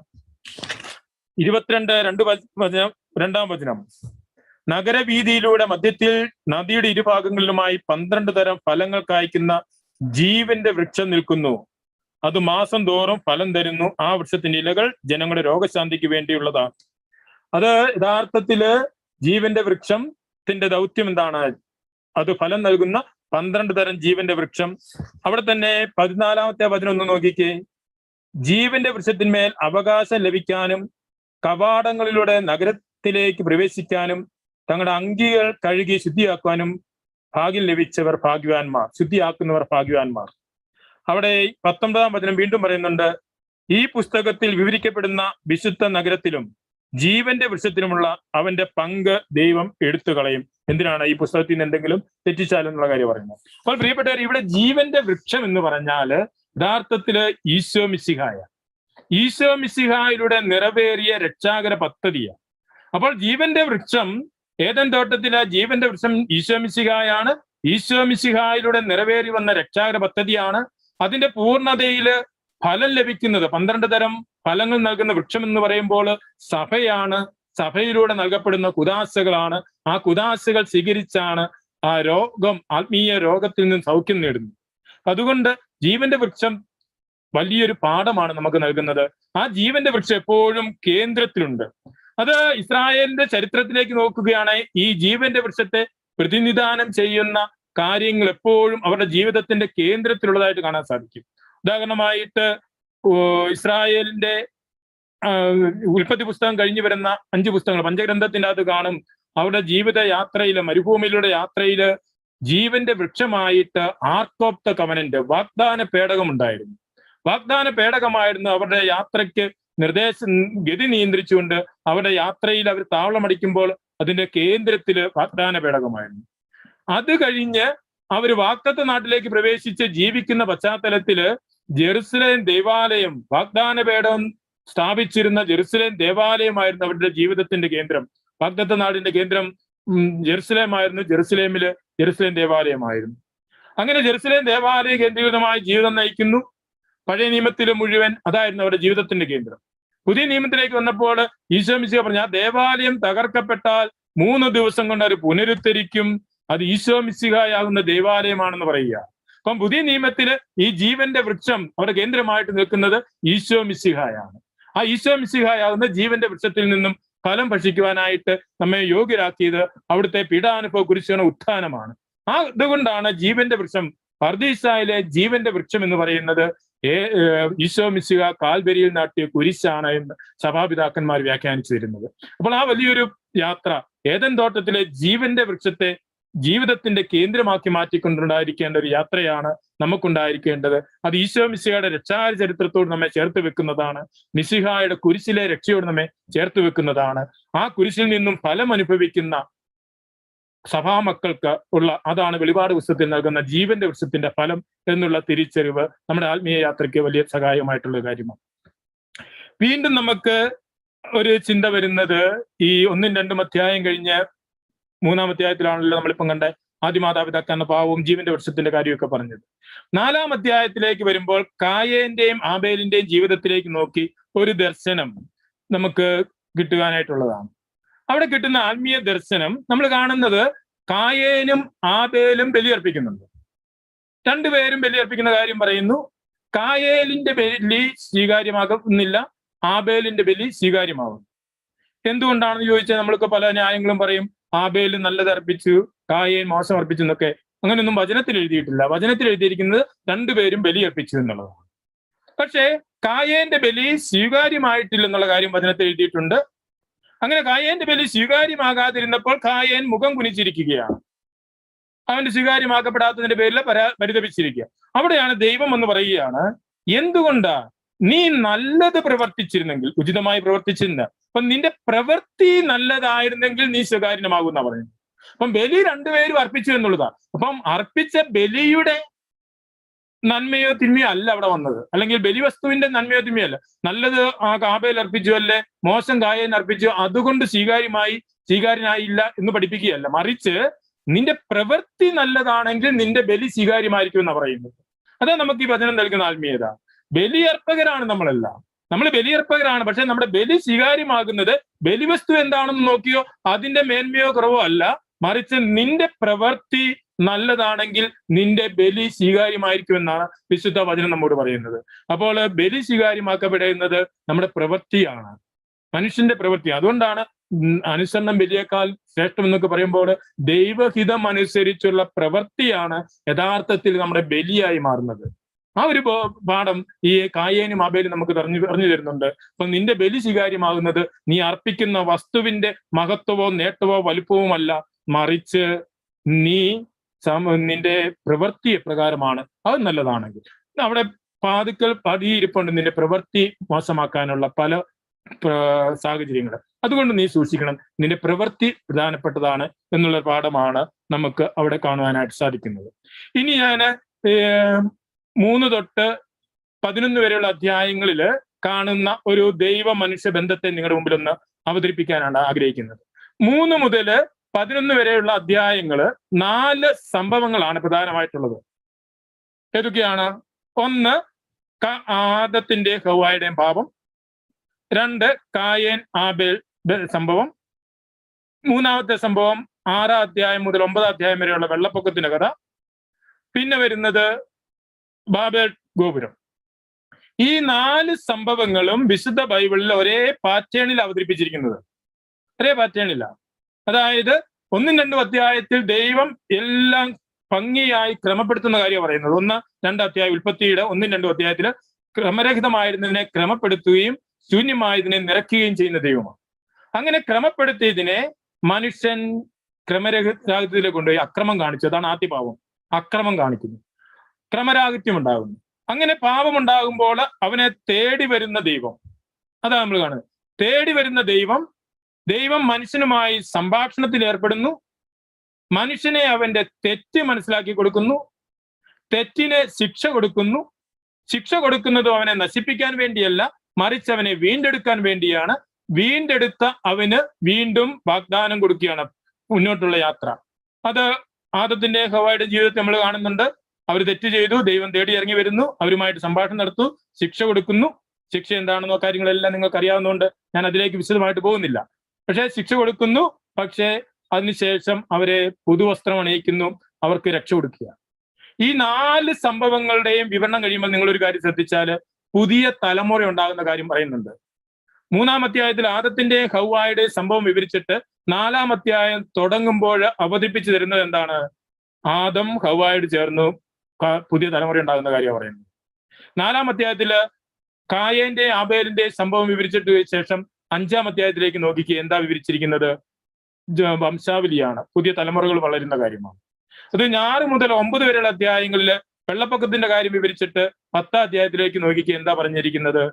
ജനതകളുടെ ഉത്ഭവമാണ്, വംശാവലിയും അതിന്റെ വളർച്ചയാണ്. അതിനുശേഷം ബാബേൽ ഗോപുരം പറയുന്നു. ബാബേൽ ഗോപുരത്തിന്റെ സംഭവം കഴിഞ്ഞിട്ട് വീണ്ടും അടുത്ത വംശാവലി വിവരണമാണ്. അവിടെ നിന്നാണ് പിന്നെ അബ്രാഹത്തെ വിളിക്കുന്നത്. അപ്പോൾ ഞാൻ ഇത് പറഞ്ഞത് ഈ 3 മുതൽ 11 വരെയുള്ള അധ്യായങ്ങളില് യഥാർത്ഥത്തിൽ ദൈവം മനുഷ്യ ബന്ധം എപ്രകാരമാണ് ചരിത്രത്തിലൂടെ നിറവേറുന്നത് എന്നുള്ള കാര്യമാണ് വിശുദ്ധ വചനം നമ്മെ പഠിപ്പിക്കുന്നത്. ദൈവ മനുഷ്യബന്ധം, അത് ദൈവോന്മുഖനായി ജീവിക്കേണ്ടവനായ മനുഷ്യൻ, ബലഹീനനായ മനുഷ്യൻ പലപ്പോഴും വീണു പോകുന്നുണ്ട്. ആ വീണു പോകുമ്പോൾ അവനെ തേടി വരുന്ന ഒരു ദൈവമുണ്ടെന്നും, തേടി വരുമ്പോൾ അവനുമായി സംഭാഷണത്തിൽ ഏർപ്പെടുകയും തന്റെ തെറ്റ് മനസ്സിലാക്കുകയും ചെയ്യുന്ന മനുഷ്യന് തെറ്റ് മനസ്സിലാക്കുന്നു, അവൻ അനുദപിക്കുന്നു. ഇത് കായേന്റെ സംഭവത്തിലാണെങ്കിൽ നമ്മൾ കാണുന്നുണ്ട്. ആബേൽ കായ സംഭവം, ആദ്യം തന്നെ തെറ്റ് ചെയ്തപ്പോൾ ദൈവം ഇറങ്ങി വരുന്നുണ്ട്, അവനുമായി സംഭാഷണം ചെയ്യുന്നുണ്ട്, അവനെ വാൺ ചെയ്യുന്നുണ്ട്. പാപം നിന്റെ വാതികൾ പടിയിരിപ്പുണ്ട്, നീ ശ്രദ്ധിക്കണം. അത് കഴിഞ്ഞ് വീണ്ടും കായൻ വീണു പോകുന്നു, വീണ്ടും ദൈവം ഇറങ്ങി വരുന്നു, അവനുമായിട്ട് സംഭാഷണത്തിൽ ഏർപ്പെടുന്നു, അവന് ശിക്ഷ കൊടുക്കുന്നു. അവൻ പറഞ്ഞു, കർത്താവേ, അങ്ങ് തന്ന ശിക്ഷ എനിക്ക് സഹിക്കാവുന്നതിലും അധികമാണ്. ആ വാക്കിൽ തന്നെ യഥാർത്ഥത്തിൽ കായേന്റെ മനസ്താപം കാണുകയാണ്. അപ്പം ദൈവം പറഞ്ഞു, നിന്നെ ആരും കൊല്ലുകയില്ല എന്ന് പറഞ്ഞാൽ അടയാളം കൊടുക്കുകയാണ്, രക്ഷയുടെ വാഗ്ദാനം കൊടുക്കുകയാണ്, ആരും ശിക്ഷിക്കാതിരിക്കാനായിട്ട്. അത് വെള്ളപ്പൊക്കത്തിന്റെ കാര്യത്തിലാണ്. തിന്മ പെരുകുന്നു, ദൈവം ഇറങ്ങി വരുന്നു, തിന്മയെ നശിപ്പിക്കുന്നു, നന്മയെ സംരക്ഷിക്കുന്ന ദൈവം. ബാബേൽ ടവറിനാണേലും ഇതേ രീതി തന്നെയാണ്. അപ്പോൾ ഇവിടെ എല്ലാം കാണുന്നത് എപ്രകാരമാണ് ദൈവ മനുഷ്യബന്ധം. മനുഷ്യൻ ബലഹീനനാണ്. ബലഹീനനായ മനുഷ്യൻ തെറ്റുപറ്റുമ്പോൾ തേടി വരുന്ന ദൈവത്തിങ്കിലേക്ക് ചെല്ലുവാനുള്ളവനാണ്. ആ ദൈവത്തെയുമായിട്ടുള്ള സംഭാഷണത്തിലൂടെ അനുരഞ്ജനപ്പെട്ട് വീണ്ടും നന്മയിലേക്ക് മുന്നോട്ടുള്ള പ്രയാണം ചെയ്യേണ്ടവനാണ് മനുഷ്യൻ എന്നുള്ള വലിയ പാഠം നമുക്ക് അവിടെ കാണുവാനായിട്ട് സാധിക്കും. അങ്ങനെ ദൈവ മനുഷ്യ ബന്ധത്തിന്റെ ചരിത്രമാണ് നമുക്ക് ഈ 3 മുതൽ 11 വരെയുള്ള അധ്യായങ്ങളിൽ. ഇതുകൊണ്ട് ഈ വചനത്തെ, ഈ ബന്ധത്തെ നമുക്ക് പിന്നീട് പുറപ്പാട് പുസ്തകം 34-ാം അധ്യായം 6-7 വചനങ്ങൾ നിങ്ങൾ നോക്കുകയാണെങ്കിൽ, പുറപ്പാട് പുസ്തകം 34-ാം അധ്യായം 6-7 വചനങ്ങളില് പഴയ നിയമത്തിലെ ദൈവ മനുഷ്യ ബന്ധം എപ്രകാരമാണെന്നും പഴയ നിയമത്തിന്റെ ദൈവസങ്കല്പം എന്താണെന്നും രത്നചുരുക്കമായിട്ട് പറഞ്ഞാൽ ചൂണ്ടിക്കാണിച്ചു കൊടുക്കാൻ പറ്റുന്ന ഒരു വചനമാണ്. അവിടെ എന്താണ് പറഞ്ഞിരിക്കുന്നത്? അവിടെ പറഞ്ഞു ദൈവത്തെക്കുറിച്ച് 34-ാം അധ്യായം, ഞാൻ ആ വചനം മാത്രം ഒന്ന് വായിക്കാം ഇപ്പൊ നിങ്ങൾക്ക്. 34-ാം അധ്യായം 6-7.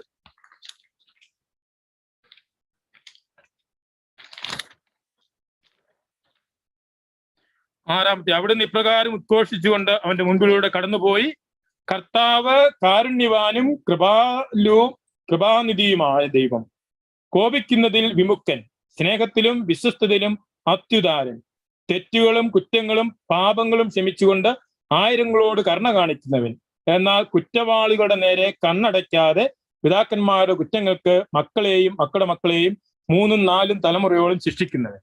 അതായത് ദൈവ മനുഷ്യബന്ധം നമ്മൾ ഉൽപ്പത്തി പുസ്തകത്തിലെ 3 തൊട്ട് 11 വരെയുള്ള അധ്യായങ്ങളിൽ കാണുന്ന അതേ ചിന്ത. ദൈവം തെറ്റിന് ശിക്ഷ നൽകുന്നവനാണ്. അതേസമയം ദൈവം ശിക്ഷ നൽകുന്നത് നശിപ്പിക്കാൻ വേണ്ടിയിട്ടല്ല, അവനെ വീണ്ടെടുക്കാൻ വേണ്ടിയിട്ടാണ്.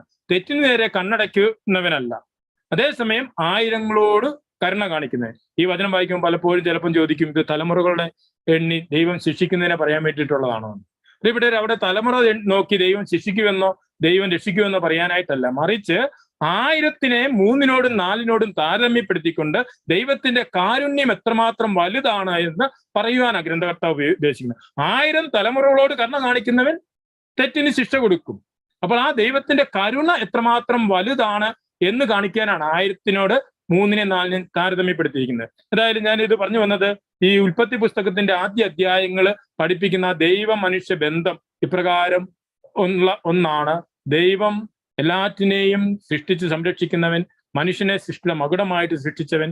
ആ മനുഷ്യന്റെ ബലഹീനതയിൽ അവൻ തെറ്റിൽ വീണുപോയാൽ അവനെ ഉപേക്ഷിച്ച് നശിപ്പിച്ച് വേണ്ടെന്ന് വെക്കുന്നവനല്ല, അവനെ ചേർത്ത് നിർത്താൻ വേണ്ടി തേടി ഇറങ്ങി വരുന്നവനാണെന്നും തേടി വരുന്ന ദൈവവുമായിട്ട് സംഭാഷണത്തിലൂടെ അവനിലോട് അനുരഞ്ജനപ്പെട്ട് മുന്നോട്ട് യാത്ര ചെയ്യേണ്ടവനാണ് മനുഷ്യൻ എന്നുള്ളൊരു പാഠമാണ് നമുക്ക് അവിടെ കാണുവാനായിട്ട് സാധിക്കുന്നത്. ഇപ്രകാരം ദൈവ മനുഷ്യ ബന്ധത്തിന്റെ ഈ പാഠത്തിലൂടെ നമ്മൾ മുന്നോട്ട് പോകുമ്പോഴാണ് ഇനി പൂർവ്വപിതാക്കന്മാരുടെ ജീവിതത്തിലേക്ക് നമ്മൾ കാണുകയാണ്. ഇവിടെ തന്നെ ഒരു കാര്യം കൂടി എനിക്ക് പങ്കുവെക്കാനുള്ളത്, ഉൽപ്പത്തി പുസ്തകത്തിന്റെ ആദ്യത്തെ അധ്യായങ്ങളിൽ തന്നെ മറ്റൊരു പാഠം എല്ലാ മനുഷ്യരും ദൈവമക്കളാണ് എന്നുള്ളൊരു പാഠമാണ്. നമ്മളിന്ന് ഈ ഉൽപ്പത്തി പുസ്തകം 15 എല്ലാ മനുഷ്യരും ദൈവമക്കളാണ്, ദൈവത്തിന്റെ സൃഷ്ടിയാണ്, ദൈവത്തിന്റെ മക്കളാണ്. അങ്ങനെ ദൈവമക്കൾക്ക് വേണ്ടി ആയിരുന്ന എല്ലാ ജനതകളിൽ നിന്നും ഒരു ജനതയെ തെരഞ്ഞെടുക്കാൻ പോവുകയാണ്. അതാണ് അബ്രാഹത്തിന്റെ വിളിയിലൂടെ കാണുന്നത്. എല്ലാ മനുഷ്യകുലത്തിനും വേണ്ടി ഒരു ജനതയെ തെരഞ്ഞെടുക്കുകയാണ്. അത് ആ ജനതയുടെ മാത്രം രക്ഷയ്ക്ക് വേണ്ടിയായിരുന്നില്ല. അബ്രാഹത്തെ വിളിക്കുമ്പം പറയുന്ന ഒരു കാര്യമുണ്ട്, നിന്നെ ഞാൻ വിളിച്ചിരിക്കുന്നു, അത് നിന്നിലൂടെ സകല ജനപദങ്ങളും അനുഗ്രഹിക്കപ്പെട്ടതായി മാറുവാൻ വേണ്ടിയിട്ടാണ്. നിന്നിലൂടെ സകല ജനപദങ്ങളും അനുഗ്രഹിക്കപ്പെടുക. അതുകൊണ്ട് തന്നെ ആ തെരഞ്ഞെടുപ്പ് മറ്റുള്ളവർക്ക് അനുഗ്രഹമാകാനാണ്. വിശുദ്ധ ബൈബിൾ തരുന്ന വലിയൊരു പാഠം അതാണ്. എല്ലാ മനുഷ്യരും ദൈവത്തിന്റെ മക്കളാണ്. പക്ഷെ ആ എല്ലാ മനുഷ്യർക്കും ഈ സൃഷ്ടാവായ ദൈവത്തെ തിരിച്ചറിഞ്ഞ് ദൈവോന്മുഖമായി ജീവിക്കുവാനോ അല്ലെങ്കിൽ സത്യദൈവത്തെ തിരിച്ചറിയാനോ സാധിച്ചില്ല എന്നുള്ളത് ഒരു യാഥാർത്ഥ്യമാണ്. അതുകൊണ്ടാണ് സൃഷ്ടപ്രപഞ്ചത്തിന്റെ സൃഷ്ടാവായ ദൈവം മനുഷ്യകുലത്തിലേക്ക് അതിസ്വാഭാവികമായിട്ട് ഇടപെട്ട് അബ്രാഹത്തെ വിളിച്ച് അബ്രാഹത്തിലൂടെ തന്നെ വെളിപ്പെടുത്തുന്നത്. അല്ല, അബ്രാഹത്തിലൂടെ രൂപം കൊണ്ട ഇസ്രായേൽ ജനതയിലൂടെ ദൈവം ചരിത്രത്തിൽ തന്നെ വെളിപ്പെടുത്തുന്നത്. ഞാൻ എന്തുകൊണ്ടാണ് പറഞ്ഞതെന്ന് ചോദിച്ചാൽ, എല്ലാ ജനപദങ്ങൾക്കും ഈ സത്യദൈവത്തെ തിരിച്ചറിയാൻ പറ്റിയില്ല എന്ന് പറയാൻ കാരണം, പ്രാചീന മനുഷ്യൻ, പ്രത്യേകിച്ച് അബ്രാഹത്തെയൊക്കെ വിളിക്കുന്ന കാലഘട്ടം എന്ന് പറഞ്ഞാൽ ക്രിസ്തുവിനും ഒരു 2000 വർഷം മുമ്പ് എന്ന് പറഞ്ഞാൽ ഇന്നത്തേക്ക് ഒരു 4000 വർഷം മുമ്പ്, ആ കാലഘട്ടത്തിലാണ് പ്രാചീന മതസങ്കല്പങ്ങളൊക്കെ ഉണ്ടാകുന്നത്. ആ കാലഘട്ടങ്ങളിൽ മനുഷ്യനൊക്കെ എന്ത് ചെയ്തു, ഈ പ്രപഞ്ചത്തിലേക്കൊക്കെ നോക്കിയിട്ട് ആദ്യത്തെ ദൈവിക വെളിപാടായ സൃഷ്ടപ്രപഞ്ചത്തിലേക്ക് നോക്കിയിട്ട് സൃഷ്ടവസ്തുക്കളെ തന്നെ ദൈവങ്ങളായിട്ട് ആരാധിച്ചു പോകുന്ന ഒരു പശ്ചാത്തലമാണ്. അങ്ങനെ സൃഷ്ടവസ്തുക്കളെ ദൈവങ്ങളായിട്ട് ആരാധിച്ചു പോകുന്ന പശ്ചാത്തലത്തിലാണ് ദൈവം ഇടപെട്ട് സൃഷ്ടവസ്തുക്കളല്ല, യഥാർത്ഥത്തിൽ ഇതെല്ലാം പ്രപഞ്ചത്തിന്റെ സൃഷ്ടികൾ മാത്രമാണെന്നും സത്യമായ ഒരു ദൈവമുണ്ട് എന്നുള്ള വെളിപ്പെടുത്തൽ അബ്രാഹത്തിലൂടെ നൽകുകയാണ്. അങ്ങനെ ആ തെരഞ്ഞെടുക്കപ്പെട്ട അബ്രാഹത്തിന്റെ ജീവിതം, പൂർവ്വപിതാക്കന്മാരുടെ ജീവിതം നമ്മുടെ മുൻപിൽ അവതരിപ്പിച്ചുകൊണ്ട് ഒരു പൂർവ്വപിതാക്കന്മാരുടെ ആത്മീയത എന്താണ് എന്നുള്ളൊരു പാഠം. എന്ന് പറഞ്ഞാൽ സത്യദൈവത്തെ തിരിച്ചറിഞ്ഞ് സത്യദൈവത്തിന്റെ ഹിതം പൂർത്തിയാക്കി മനുഷ്യൻ എപ്രകാരമാണ് ജീവിക്കേണ്ടത് എന്നുള്ള പാഠമാണ് പൂർവ്വപിതാക്കന്മാരിലൂടെ നമുക്ക് തരുന്നത് വിശുദ്ധ ഗ്രന്ഥത്തില്. അതുകൊണ്ടാണ് അബ്രാഹം, ഇസ്ഹാക്ക്, യാക്കോബ്, ജോസഫ് ഈ കഥാപാത്രങ്ങളുടെ ജീവിതത്തെ നമ്മുടെ മുമ്പിലേക്ക് അവതരിപ്പിച്ചു തരുന്നത്. അബ്രാഹത്തെ കുറിച്ച് ഉള്ള ചിന്ത വരുമ്പോൾ നമ്മൾ എല്ലാവരും കാണുകയും കേൾക്കുകയും പഠിക്കുകയൊക്കെ ചെയ്തിട്ടുള്ളത് അബ്രാഹം വിശ്വാസികളുടെ പിതാവാണ്, വിശ്വാസത്തിന്റെ മാതൃകയായിട്ട് നമുക്ക് എപ്പോഴും നിലനിൽക്കുന്ന ഒരാളാണ്. ശരിയാണ്, അബ്രാഹം വിശ്വാസത്തിന്റെ മാതൃകയാണ്. പക്ഷെ അബ്രാഹത്തിന്റെ ആ വിശ്വാസത്തിന്റെ വിളി സ്വീകരിച്ച് ഇറങ്ങി പുറപ്പെടുന്ന അബ്രാഹത്തിനും ഗ്രാജുവലായിട്ടാണ് ആ പൂർണ്ണമായ സമർപ്പണത്തിലേക്ക് എത്തുന്നതെന്ന് നമ്മൾ കാണുന്നത്. ആദ്യം അബ്രാഹത്തെ വിളിക്കുന്ന കാര്യം 12-ാം അധ്യായത്തിൽ പറയുന്നുണ്ട്. ഉൽപ്പത്തി പുസ്തകം 12-ാം അധ്യായത്തിൽ അവിടെ അബ്രാഹത്തെ വിളിക്കുമ്പോൾ അബ്രാഹത്തോട് പറയുന്നുണ്ട്, നിന്റെ ദേശവും നാടും വീട്ടുകാരെ എല്ലാം ഉപേക്ഷിച്ച് പോരാനാ പറഞ്ഞത്. പക്ഷെ നമ്മളവിടെ കാണുന്നത് എന്താണ്? അബ്രാഹം ഇറങ്ങി പുറപ്പെട്ടു, ഭാര്യയും കൂടെ കൂട്ടി, ലോത്തിനെയും കൂടെ കൂട്ടി, താൻ ഹാരാനിൽ നിന്ന് നേടിയ 12-ാം അധ്യായത്തിൽ നിങ്ങൾ വായിക്കുമ്പോൾ കാണും, ഹാരാനിൽ നിന്ന് നേടിയ വസ്തുവകകളും സമ്പത്തും എല്ലാം കൂട്ടിയാ പോരുന്നത്. അപ്പോൾ എല്ലാം ഉപേക്ഷിച്ചിട്ട് പോരാനായിട്ട് പറഞ്ഞവൻ എന്ത് ചെയ്തു? തൻ്റെതായ കുറച്ച് പദ്ധതികളും തൻ്റെതായ സ്വത്തും എല്ലാം കൂട്ടി യാത്ര ചെയ്യുക. നമ്മൾ മുന്നോട്ട് നോക്കുമ്പോൾ മുന്നോട്ടുള്ള യാത്രയിൽ അബ്രാഹത്തിന്റെ കൂടെ നടക്കുമ്പോൾ കാണുന്നൊരു കാര്യമുണ്ട്. അങ്ങനെ എല്ലാം ഉപേക്ഷിച്ചിട്ട് വരാൻ പറഞ്ഞ് ഇറങ്ങിപ്പുറപ്പെട്ട അബ്രാഹം തന്റെ കൂടെ കൂട്ടിയതൊക്കെ കുറച്ച് കഴിയുമ്പം ഓരോ നഷ്ടത്തിലേക്ക് പോകുന്നതാണ്. കാരണം സ്വത്ത് ഈജിപ്തിലേക്ക് കാനാൻ ദേശത്ത് ചെന്ന് കഴിഞ്ഞപ്പം പട്ടിണിയായി, ദാരിദ്ര്യമായി, ഒന്നുമില്ല, എല്ലാം ഉപേക്ഷിച്ചിട്ട് ഈജിപ്തിലേക്ക് പോകേണ്ടി വരികയാണ്. അപ്പോൾ കൂടെ കൂട്ടിയ സ്വത്ത് അവിടെ ഇല്ലെന്നായി, പട്ടിണിയായി മാറി. പിന്നെ സാറായെ കൂടെ കൂട്ടിക്കൊണ്ട് പോയതാണ്. ഈജിപ്തിൽ ചെന്ന് കഴിഞ്ഞപ്പം അതും പ്രശ്നമായി. സാറായില് നഷ്ടപ്പെട്ട് ഫറവോട് ഭാര്യ ആക്കപ്പെടുന്ന അവസ്ഥയിലേക്ക് എത്തിയാണ്. പിന്നെ ദൈവത്തിന്റെ ഇടപെടലുകൊണ്ട് തിരിച്ചു കിട്ടുന്നത്. അങ്ങനെ അത് രണ്ടും താൻ കരുതിയ പദ്ധതി പാളുകയും എന്നാൽ പിന്നീട് ദൈവിക പദ്ധതി പ്രകാരം ഇതെല്ലാം തിരിച്ചു കിട്ടുകയും ചെയ്യും നമ്മൾ കാണുന്നത്. പിന്നെ നമ്മൾ കാണുന്നുണ്ട് ലോത്ത് കൂടെ കൂട്ടിക്കൊണ്ട് വന്ന കുറച്ച് കഴിഞ്ഞപ്പോൾ ലോത്തുമായിട്ടും അകലുന്നതായിട്ടാണ് കാണുന്നത്. അപ്പോൾ ഇതെല്ലാം ദൈവിക പദ്ധതിയിൽ വിളിക്കപ്പെടുന്ന മനുഷ്യൻ ആ വിളിയിൽ മാനുഷികമായ പദ്ധതി ചേർക്കുമ്പോൾ പലപ്പോഴും പരാജയത്തിലേക്ക് പോകുന്ന ഒരു യാഥാർത്ഥ്യമുണ്ട് എന്ന് നമുക്ക് ആ പാഠം പറഞ്ഞു വരികയാണ്. പക്ഷെ അങ്ങനെ ആ വിധത്തിലേക്ക് മുന്നോട്ട് പോകുന്ന അബ്രാഹാം അവസാനം സ്വന്തമായുള്ള ഏക മകനെ പോലും സമർപ്പിക്കുവാനായിട്ട് തയ്യാറാകുന്നതാണ് അബ്രാഹത്തിന്റെ വിശ്വാസത്തിന്റെ മാതൃക. അപ്പം പൂർവ്വപിതാവായ അബ്രാഹത്തെ വിശ്വാസത്തിന്റെ മാതൃകയായിട്ട് നമുക്ക് മുൻപിൽ അവതരിപ്പിച്ചു തരുമ്പോൾ നമ്മൾ കാണുന്ന ഒരു കാര്യം, ദൈവത്തിന്റെ മുൻപില് വിളിക്കപ്പെട്ടവൻ ചിലപ്പോഴൊക്കെ തൻ്റെതായ പദ്ധതികളിലൂടെ പോകുന്നുണ്ട്. അത് പരാജയം അറിയുമ്പോൾ അതിൽ നിന്നും തിരിച്ചറിയുന്ന ഒരാളുമാണ്. ഇതൊക്കെ നമ്മുടെയൊക്കെ ജീവിതത്തിന്റെ യാഥാർത്ഥ്യമാണ്. അപ്രകാരം പലപ്പോഴും തന്റെ പദ്ധതി, അതുകൊണ്ടല്ലേ തൻ്റെതായ പദ്ധതിയിലൂടെ ഇസ്മായിലിനെ സ്വീകരിക്കുന്നു, അല്ലെങ്കിൽ ഹാഗാറിനെ സ്വീകരിക്കുന്നു. അതും പിന്നീട് പ്രശ്നമായി മാറുകയാണ്. ദൈവത്തിന്റെ പദ്ധതിക്ക് വേണ്ടി ക്ഷമയോടെ കാത്തിരിക്കാതെ തിടുക്കം കൂട്ടി മാനുഷികമായ പദ്ധതിയിലൂടെ, മാനുഷികമായ ചിന്തകളിലൂടെ കാര്യങ്ങൾ നടപ്പിലാക്കിയപ്പോൾ അത് പ്രതിസന്ധിയിലേക്ക് എത്തുന്നു. പക്ഷേ മനുഷ്യന്റെ ബലഹീനതയെ ചേർത്ത് നിർത്തുന്ന ദൈവം ആ ഒരു പ്രതിസന്ധിയിൽ അവനെ ഉപേക്ഷിക്കുന്നില്ല. നമ്മൾ കാണുന്നുണ്ട്, അബ്രാഹത്തോട് പറയുന്നു, നിന്റെ ഉടമ്പടിയിലൂടെ ജനിക്കുന്ന മകനിലായിരിക്കും ഉടമ്പടി പൂർത്തിയാകുന്നത്, എന്നാൽ ഇസ്മായിലിനെയും ഞാൻ സംരക്ഷിക്കും. അപ്പൊ മനുഷ്യന്റെ ബലഹീനതയിൽ പെട്ടുപോയ അവിടെയും ചേർത്ത് നിർത്തുന്ന ആ ദൈവത്തിന്റെ മുഖമാണ് കാണുന്നത്. അതുപോലെ തന്നെ നമുക്ക് അബ്രാഹത്തേല് വിശ്വാസത്തിന്റെ പിതാവായി കാണുന്നതോടൊപ്പം തന്നെ നമുക്ക് കാണാം അബ്രാഹം ഒരു മീഡിയേറ്റർ, മധ്യസ്ഥനായി മാറുന്നത്. വിളിക്കപ്പെട്ടവൻ മധ്യസ്ഥനായി മാറാനുള്ളവനാണ്, സമർപ്പിക്കപ്പെട്ടവൻ മധ്യസ്ഥനായി മാറാനുള്ളതാണ്.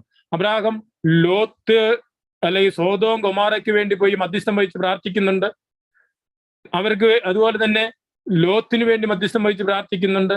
പിന്നെ അബ്രാഹത്തോട് ദൈവം തന്നെ പറഞ്ഞത്, നിന്നിലൂടെ സകല ജനപദങ്ങളും അനുഗ്രഹിക്കപ്പെടുക.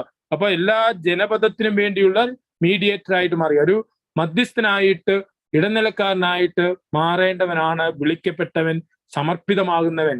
അവൻ ഒരിക്കലും നമ്മൾ വിളിക്കപ്പെട്ടിട്ടുണ്ടെങ്കിൽ നമ്മുടെ അനുഗ്രഹത്തിന് വേണ്ടിയല്ല, നിന്നിലൂടെ മറ്റുള്ളവരുടെ അനുഗ്രഹത്തിന് വേണ്ടിയാണ് എന്നുള്ള തിരിച്ചറിവാണ് യഥാർത്ഥത്തിൽ ആത്മീയതയുടെ അടുത്ത തലം. നീ വിളിക്കപ്പെട്ടിട്ടുണ്ടെങ്കിൽ അത് നിന്റെ മഹത്വമല്ല, നിനക്ക് വേണ്ടിയല്ല, മറിച്ച് നിന്നെ തമ്പുരാൻ തിരഞ്ഞെടുത്തിരിക്കുന്നത് നിന്നിലൂടെ മറ്റുള്ളവർക്ക് അനുഗ്രഹമായി മാറേണ്ടതിനാണ് എന്നുള്ള പാഠം അബ്രാഹം നമുക്ക് തരികയാണ്. അതുപോലെ തന്നെ അബ്രാഹത്തിൽ കാണുന്ന മറ്റൊരു കാര്യമുണ്ട്, കരുതല്. അബ്രാഹത്തിന്റെ കരുതല്, ലോത്തിന് നല്ല ഭാഗം വീതിച്ചു കൊടുക്കുന്ന അബ്രാഹം, ലോത്തിനെ മറ്റു രാജാക്കന്മാർ വന്ന് ആക്രമിച്ചു കഴിഞ്ഞപ്പോൾ അവനെ സംരക്ഷിക്കുവാൻ വേണ്ടി കയറി ചെല്ലുന്ന പിതൃമകനായ അബ്രാഹം. അപ്പോൾ ആ വിധത്തില് കരുതലിന്റെ ഒരു പ്രവൃത്തി അബ്രാഹത്തില് കാണുവാനായിട്ട് നമുക്ക് സാധിക്കും. അങ്ങനെ അബ്രാഹത്തെ നമുക്ക് ഒരു വിശ്വാസത്തിന്റെ മാതൃകയായിട്ടും അനുഗ്രഹത്തിന്റെ മധ്യസ്ഥനായിട്ടും അടയാളമായിട്ടും അതുപോലെ തന്നെ അവരിനു വേണ്ടി കരുതൽ നടക്കുന്നതും ആളായിട്ട് കാണുവാൻ സാധിക്കും. അത് കഴിഞ്ഞ് നമ്മൾ കാണുന്ന വ്യക്തിത്വം അബ്രാഹത്തിന് കഴിഞ്ഞ് ഇസഹാക്കിലേക്ക് നമ്മൾ വരികയാണ്. ഇസഹാക്ക് യഥാർത്ഥത്തില് അനുസരണയുടെ ഒരു പ്രതിരൂപമായിട്ട് നമ്മുടെ മുമ്പിൽ നിൽക്കുകയാണ്. പിതാവിന്റെ, അബ്രാഹത്തിനും യാക്കോവിനും ഇടയിലുള്ള ഒരു കഥാപാത്രം, പിതാവിനെ അനുസരിക്കുന്ന, ആ കാൽവരി അല്ല മോറിയാമലയിലേക്ക് പോകുമ്പോഴും വിറകുമെടുത്തുകൊണ്ട് പോകുമ്പോൾ പിതാവിനോട് ചോദിക്കുന്നുണ്ട്, കുഞ്ഞാട് എവിടെ? അത് ദൈവം തരും. ആ വചനം കിട്ടി മുന്നോട്ട് പോകുന്നു. യഥാർത്ഥത്തില് കാൽവരിയിലേക്ക് പോകുന്നു. അവിടെ പോയി അബ്രാഹം കൈകെട്ടി ഇവനെ എടുത്ത് ബലിപീഠത്തിൽ വെക്കുമ്പോൾ ആ കുരിശിൽ തറയ്ക്കപ്പെടാൻ പോകുന്ന മിശിഹായുടെ ഒരു പ്രതിരൂപമായിട്ട് നമുക്ക് കാണാൻ സാധിക്കും. പിതാവിന്റെ ഹിതത്തിന് സ്വയം വിട്ടു സമർപ്പിക്കുന്ന യഥാർത്ഥത്തിൽ അബ്രാഹം ഒരു ചെറുപ്പം യുവാവായിരിക്കുന്ന ആ സമയമാണ്. കൊതറി മാറാം, പല വിധത്തില് അതൊന്നും ഗ്രന്ഥകർത്താവ് അവതരിപ്പിക്കുന്നില്ല. അങ്ങനെ ഒരു വിധത്തിലുള്ള പ്രവർത്തനവും കാണിക്കാതെ അനുസരണത്തോടെ ബലിയാകാനായിട്ട് നിൽക്കുന്ന ആ ഇസഹാക്ക് യഥാർത്ഥത്തില് മിശിഹായുടെ കുരിശിന്റെ ബലിയുടെ പ്രതിരൂപമായിട്ട് തന്നെ കാണാൻ സാധിക്കും. അനുസരണത്തിന്റെ ഉത്തമ മാതൃകയായിട്ട് കാണാൻ സാധിക്കും. അതോടൊപ്പം തന്നെ പിന്നീട് യാക്കോബിന്റെ പിതാവായിട്ട്, അല്ലെ ഏസാവിന്റെ യാക്കോബിന്റെ പിതാവായിട്ടാണ് കാണുന്നത്. ആ രക്ഷാകര ചരിത്രത്തിന്റെ തുടർച്ചയ്ക്ക് ദൈവത്തിന്റെ പദ്ധതി നിർവഹിക്കാൻ വേണ്ടി സ്വയം വിട്ടുകൊടുക്കുന്ന ഒരു പിതാവിനെയാണ് നമുക്ക് അവിടെ കാണുവാൻ സാധിക്കുന്നത്. അതുകൊണ്ട് ഇസഹാക്കിനെ അനുസരണത്തിന്റെ പ്രതിരൂപമായിട്ട്, വിശ്വസ്തതയുടെ പ്രതിരൂപമായിട്ട് കാണുവാനായിട്ട് സാധിക്കുന്നത്. അത് കഴിഞ്ഞ് കടന്നു വരുന്ന യാക്കോബിനെ കുറിച്ച് ഒറ്റ വാക്കിൽ പറഞ്ഞാൽ എനിക്ക് പറയാൻ ആഗ്രഹമുള്ളത്, യാക്കോബ് എ മാൻ ഓഫ് സ്ട്രൈഫ്, വഴക്കിന്റെയും അനുരഞ്ജനത്തിന്റെയും ആളെന്നാണ്. വഴക്കാളിയും അതേസമയം അനുരഞ്ജനവും. നമുക്കറിയാം യാക്കോബിന് രണ്ടുപേരും മൽപ്പിടുത്തത്തിന്റെ പശ്ചാത്തലത്തിലാണ്, അല്ലെങ്കിൽ മത്സരത്തിന്റെ പശ്ചാത്തലത്തിലാണ് രണ്ടുപേരുണ്ടെന്ന്. യാക്കോബ് എന്ന പേരുണ്ടായത് അമ്മയുടെ ഉദരത്തിൽ കിടന്ന് സഹോദരൻ ഏസവുമായിട്ട് മൽപ്പിടുത്തം നടത്തുന്നതിന്റെ ഫലമായിട്ടാണ് ആ പേരുണ്ടാകുന്നതെന്ന് നമുക്ക് ഉൽപ്പത്തി പുസ്തകത്തിൽ കാണാൻ സാധിക്കും. അതേസമയം ഇസ്രായേൽ എന്ന പേരുണ്ടാകുന്നത് ദൈവവുമായിട്ട് മൽപ്പിടുത്തം നടത്തി അതിനുശേഷമാണ്. അങ്ങനെ ഒരു മൽപ്പിടുത്തത്തിന്റെയും വഴക്കിന്റെയും സ്വഭാവം ഈ യാക്കോബിൽ കാണാം. അമ്മയുടെ ഉദരത്തിൽ മുതൽ അത് കാണുന്നുണ്ട്. അങ്ങനെ വഴക്കിന്റെ പേരിലാണ് ഏസാവ് തന്നെ കൊല്ലുമെന്ന് ഭയപ്പെട്ട് അവിടുന്ന് നാട് വിട്ടുപോകുന്നത്. നാട് വിട്ടുപോയി അവിടെ ചെന്നും ലാബാനുമായിട്ടും പ്രശ്നമുണ്ട്, പ്രതിസന്ധിയുണ്ട്, വഞ്ചനയുണ്ടാകുന്നുണ്ട്. ചരിത്രങ്ങളെല്ലാം നിങ്ങൾക്കറിയാം. അങ്ങനെ പല വിധത്തിലുള്ള പ്രതിസന്ധികളിലൂടെ, വഴക്കിലൂടെ കടന്നു പോകുന്ന ആ യാക്കോബ് വാഗ്ദത്ത നാട്ടിൽ നിന്ന് പുറത്താക്കപ്പെടുകയാണ്. ശരിക്കും പറഞ്ഞാല് അതാണല്ലോ നാട് വിട്ടുപോവുക. ആ നാട് വിട്ടുപോയിട്ട് തിരിച്ച് വാഗ്ദത്ത നാട്ടിലേക്ക് യാക്കോബ് വരുന്നതിന് മുൻപ് തനിക്കുണ്ടായിരുന്ന ആ വഴക്കെല്ലാം തീർക്കുന്നത് നമുക്ക് കാണാൻ സാധിക്കും. അതുകൊണ്ട് ഞാൻ പറഞ്ഞത്, വഴക്കിന്റെ പ്രതിരൂപമാണെങ്കിലും വാഗ്ദത്ത നാട്ടിലേക്ക് പ്രവേശിക്കുന്നതിന് മുൻപ് അതെല്ലാം പറഞ്ഞു തീർക്കുന്നത്. ലാബാന്റെ പക്കലായിരുന്നപ്പോൾ, ലാബാന്റെ പക്കലിൽ നിന്നും തിരിച്ചു പോരുമ്പോൾ അവിടെ നിന്നും പ്രശ്നം ഉണ്ടായ പോകുന്നത്, ഓടിപ്പോരുക ചെയ്യുന്നത്. ലാബാൻ പുറകെ വന്ന് പിടിക്കുന്നുണ്ട്. അത് കഴിഞ്ഞ് ലാബാനുമായിട്ടൊരു ഉടമ്പടി വെയിലിട്ട് സമാധാനത്തോടുകൂടി തീർക്കുകയാണ്. എന്താ, വാഗ്ദത്ത നാട്ടിലേക്ക് പോവുക, അതിനു മുമ്പ് അത് തീർക്കുക. പിന്നെ ഏസാവിനെ ഭയപ്പെട്ട്, ഏസാവ് ഞാൻ അങ്ങോട്ട് തിരിച്ചു ചെന്നു കഴിഞ്ഞാൽ തന്നെ വധിക്കും, അതുകൊണ്ട് ഏസാവിനോട് രമ്യതയിലാകുവാനുള്ള എല്ലാ പദ്ധതിയും തയ്യാറാക്കിയിട്ടാണ് വാഗ്ദത്ത നാട്ടിലേക്ക് തിരിച്ചു വരുന്നത്. യഥാർത്ഥത്തിൽ യാക്കോബ് തിരിച്ച് വാഗ്ദത്ത നാട്ടിൽ പ്രവേശിക്കുന്നതിന് മുൻപ് തന്നെ ഈ രമ്യത രണ്ടും നടന്നു. ഏസാവുമായിട്ട് രമ്യതയിൽപ്പെട്ടു, ലാബാനുമായിട്ട് രമ്യതയിൽപ്പെട്ടു. ഏസാവിന്റെ പക്കൽ എളിമപ്പെട്ട് ഏസാവിനെ യജമാനെ എന്ന് പറഞ്ഞുകൊണ്ടാണ് വിളിക്കുന്നത് തന്നെ. അപ്രകാരം രമ്യതയുടെ, അതുകൊണ്ട് വഴക്കിന്റെയും അതേസമയം രമ്യതയുടെയും, അതെപ്പോഴാണ് വാഗ്ദത്ത നാട്ടിലേക്ക് തിരിച്ചു പ്രവേശിക്കണമെങ്കിൽ ആ രമ്യത വേണം. അത് വലിയൊരു പാഠമാണ് നമുക്ക് തരുന്നത്. നമ്മളെല്ലാം വാഗ്ദത്ത നാട് ലക്ഷ്യം വെച്ച് പോകേണ്ടതാണ്. നമ്മൾ നേരത്തെ ആദ്യത്തെ വായനയിൽ ഞാൻ പറഞ്ഞ പോലെ ദൈവത്തിൽ നിന്ന് വന്ന ആത്മാവ് ദൈവത്തിന്റെ പക്കലേക്ക് തിരിച്ചു പോകേണ്ടതാണ്. അപ്പൊ ആ ദൈവത്തിന്റെ പക്കൽ നിന്ന് വന്ന ആത്മാവ് ദൈവത്തിന്റെ പക്കലേക്ക് തിരിച്ചു പോകണമെങ്കിൽ അതിനിടയിൽ ഇപ്രകാരം ഉണ്ടാകുന്ന മാനുഷിക ജീവിതത്തിൽ ഉണ്ടാകുന്ന വഴക്കുകളും പ്രതിസന്ധികളും പ്രശ്നങ്ങളും അതിനെ എല്ലാം രമ്യതപ്പെട്ട് ദൈവത്തിന്റെ പക്കലേക്ക് തിരിച്ചു പോകുവാനായിട്ട് സാധിക്കുന്ന ഒരു പാഠമാണ് യാക്കോബ് നമുക്ക് കാണിച്ചു തരുന്നത്. അവസാനമായിട്ട് പ്രിയപ്പെട്ടവർ, നമ്മുടെ സമയം തീരാൻ പോകുന്നെങ്കിലും ജോസഫിനെയും കൂടി ഒന്ന് നിങ്ങളുടെ ചുക്കിലേക്ക് കരുകയാണ്. ജോസഫിന്റെ കഥ. ജോസഫ് ആ നാടെല്ലാം അവരാൽ വിറ്റ് ഈജിപ്തിലായിരിക്കുന്ന അവസരത്തിലും ജോസഫിനെ കുറിച്ച് ഒരു ചിന്ത ആദ്യമായിട്ട് വരുന്നത് പരദേശിയായിട്ട് കഴിയുന്ന അവസരമാണ്. എല്ലാവിധ സ്വാതന്ത്ര്യവുമുണ്ട്. അങ്ങനെ ഇരിക്കുന്ന അവസരത്തിൽ ജോസഫിനെ പാപം ചെയ്യുവാനായിട്ട് പ്രേരിപ്പിക്കുന്ന പൊത്തിഫാറിന്റെ ഭാര്യയുണ്ട്. അവിടെ ജോസഫിന് വേണമെങ്കിൽ ഒരു പ്രശ്നമില്ലാതെ പാപത്തിലേക്ക് വീഴാമായിരുന്നു. അവിടെ ജോസഫ് പറയുന്നൊരു കാര്യമുണ്ട്, എന്റെ ദൈവത്തിനെതിരെ ഞാൻ ഇത്ര ഹീനകൃത്യം ചെയ്യാൻ പാടുള്ളൂ. ദൈവം കൂടെയുണ്ട്, ആ ദൈവത്തിനെതിരെ ഞാൻ ഏത് നാട്ടിലാണെങ്കിലും എന്തു സ്വാതന്ത്ര്യമുണ്ടെങ്കിലും ഒന്നും പ്രവർത്തിക്കാൻ പാടില്ല എന്നുള്ള കാര്യം. അതാണ് ഈ ഇത്ര നീചമായി പ്രവർത്തിച്ച് ദൈവത്തിനെതിരെ ഞാൻ പാപം ചെയ്യുകയോ എന്നുള്ള കാര്യം. അതാണ് നമുക്ക് എന്തെല്ലാം സ്വാതന്ത്ര്യമുണ്ട് എങ്കിലും എവിടെയാണ് എങ്കിലും ആ ദൈവ സാന്നിധ്യ ബോധത്തിൽ ആയിരിക്കുമ്പോൾ ഈ ഒരു ദൈവത്തിനെതിരായിട്ടാണ് എന്റെ പ്രവൃത്തി, മനുഷ്യനെതിരായിട്ടല്ല ദൈവത്തിനെതിരായിട്ടാണെന്നുള്ള ബോധ്യത്തിൽ വളരുന്നത് എന്റെ ആത്മീയതയുടെ ഒരു പാഠമാണ്. അതുകൊണ്ട് തന്നെ നമ്മൾ കാണും, അവന്റെ കൂടെ ദൈവമുണ്ടെന്ന് ഫറവോ അവന്റെ യജമാനെ മനസ്സിലാക്കുന്ന 39-ാം അധ്യായം 3-ാം വചനം. 39:3 കർത്താവ് അവന്റെ കൂടെ ഉണ്ടെന്നും അവൻ ചെയ്യുന്നതൊക്കെ അവിടുന്ന് മംഗളകരമാക്കുമെന്നും അവന്റെ യജമാനന് മനസ്സിലാക്കി. അപ്പം യോസഫിന്റെ സാന്നിധ്യം തന്നെ മറ്റുള്ളവർക്ക് ദൈവത്തിന്റെ സാന്നിധ്യമായി, മറ്റുള്ളവർക്ക് അവന്റെ കൂടെ ദൈവമുണ്ട് എന്ന് മനസ്സിലാക്കുന്നതിന് ഇടയായി. വീണ്ടും ജോസഫിനെ കുറിച്ച് പറയുമ്പോൾ ജോസഫിനെ കുറിച്ച് വ്യാജമായ ആരോപണം നൽകുന്നത്, ആ വ്യാജാരോപണത്തിന്റെ സമയത്ത് ജോസഫ് നിശബ്ദമായി നിൽക്കുകയാണ്. പൊത്തിഫാറിന്റെ ഭാര്യ വ്യാജമായ ആരോപണം പറയുക, കാൽവരിയിലേക്ക് കൊണ്ടുപോകുന്നതിന് മുമ്പ് ഈശോയുടെ മേലോ പാപങ്ങൾ ഒന്നിനു പറയുമെന്നായി ആരോപിച്ചപ്പോൾ നിശബ്ദമായി നിൽക്കുന്ന ആ മിശിഹായെ പോലെ പൊത്തിഫാറിന്റെ ആരോപണത്തിന് മുമ്പ് നിൽക്കുന്നത് കാണുവാനായിട്ട് സാധിക്കും. അതുപോലെ തന്നെ നമുക്ക് ആ ജോസഫിന്റെ ജീവിതത്തിന്റെ അവസാനത്തിലേക്ക്, അല്ലെങ്കിൽ ജോസഫ് സ്റ്റോറി വിവരണത്തിന്റെ അവസാനത്തിൽ നമുക്ക് കാണുവാൻ സാധിക്കും. എന്താണ് അവിടെ ജോസഫ് പറയാണ്, ഈ പ്രതിസന്ധി ഘട്ടങ്ങളിലൊക്കെ ദൈവമാണ് നമ്മെ നയിച്ചത്. അതുകൊണ്ട് സഹോദരങ്ങളോട് പറയുകയാണ്, നിങ്ങൾ ഇതിനെ ഓർത്ത് ഒത്തും ആകുലപ്പെടേണ്ട. സഹോദരങ്ങൾക്ക് പേടിയായിരുന്നു ജോസഫ് ഇനി പ്രതികാരം ചെയ്യുന്നത്.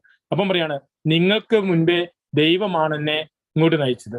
തന്റെ ജീവിതത്തിലെ ഈ സഹനത്തിന്റെയും പ്രതിസന്ധിയുടെയും ഒക്കെ ഘട്ടത്തിന് പിന്നിലും ഒരു ദൈവീക കരമുണ്ട് എന്നുള്ളൊരു തിരിച്ചറിവ്, അത് മനസ്സിലാക്കുകയും അത് ഏറ്റുപറയുകയും ചെയ്യുന്ന ജോസഫ് നമുക്ക് വലിയൊരു മാതൃകയാണ്. നമ്മുടെ ജീവിതത്തിലെ പ്രതിസന്ധികൾ, ഒരുപക്ഷെ വ്യാജാരോപണങ്ങള്, മറ്റുള്ളവരെ കുറ്റം വിധിക്കപ്പെടുന്ന നിമിഷങ്ങള്, അല്ലെങ്കിൽ സഹനത്തിന്റെ നിമിഷങ്ങളിലൂടെ കടന്നു പോകുമ്പോൾ ഇവിടെ എല്ലാം പിന്നില് ഇതെല്ലാം അറിയുന്ന ഒരു ദൈവമുണ്ട് എന്നുള്ള തിരിച്ചറിവ്, കാണുന്ന ഒരു ദൈവമുണ്ട് എന്നൊരു തിരിച്ചറിവ് ജോസഫിനെ പോലെ പ്രത്യാശയോടുകൂടി മുന്നോട്ട് പോകാൻ നമുക്ക് സാധിക്കും. പ്രിയപ്പെട്ടവരെ, അതുകൊണ്ട് ഉൽപ്പത്തി പുസ്തകം നമ്മൾ വായിക്കുമ്പോൾ തീർച്ചയായിട്ടും നമ്മുടെ ആത്മീയതയുടെ അടിത്തറയാണ്. യഹൂദ വിശ്വാസത്തിന്റെയും ക്രൈസ്തവ വിശ്വാസത്തിന്റെയും ദൈവസങ്കല്പത്തിന്റെയും ദൈവ മനുഷ്യ ബന്ധത്തിന്റെയും ഒക്കെ അടിത്തറ കാണുവാനായിട്ട് സാധിക്കുന്നതാണ് ഈ പറയുന്ന ഉൽപ്പത്തി പുസ്തകം. അതിന്റെ ആത്മീയത ജീവിക്കുവാനായിട്ട് നമുക്ക് പരിശ്രമിക്കാം.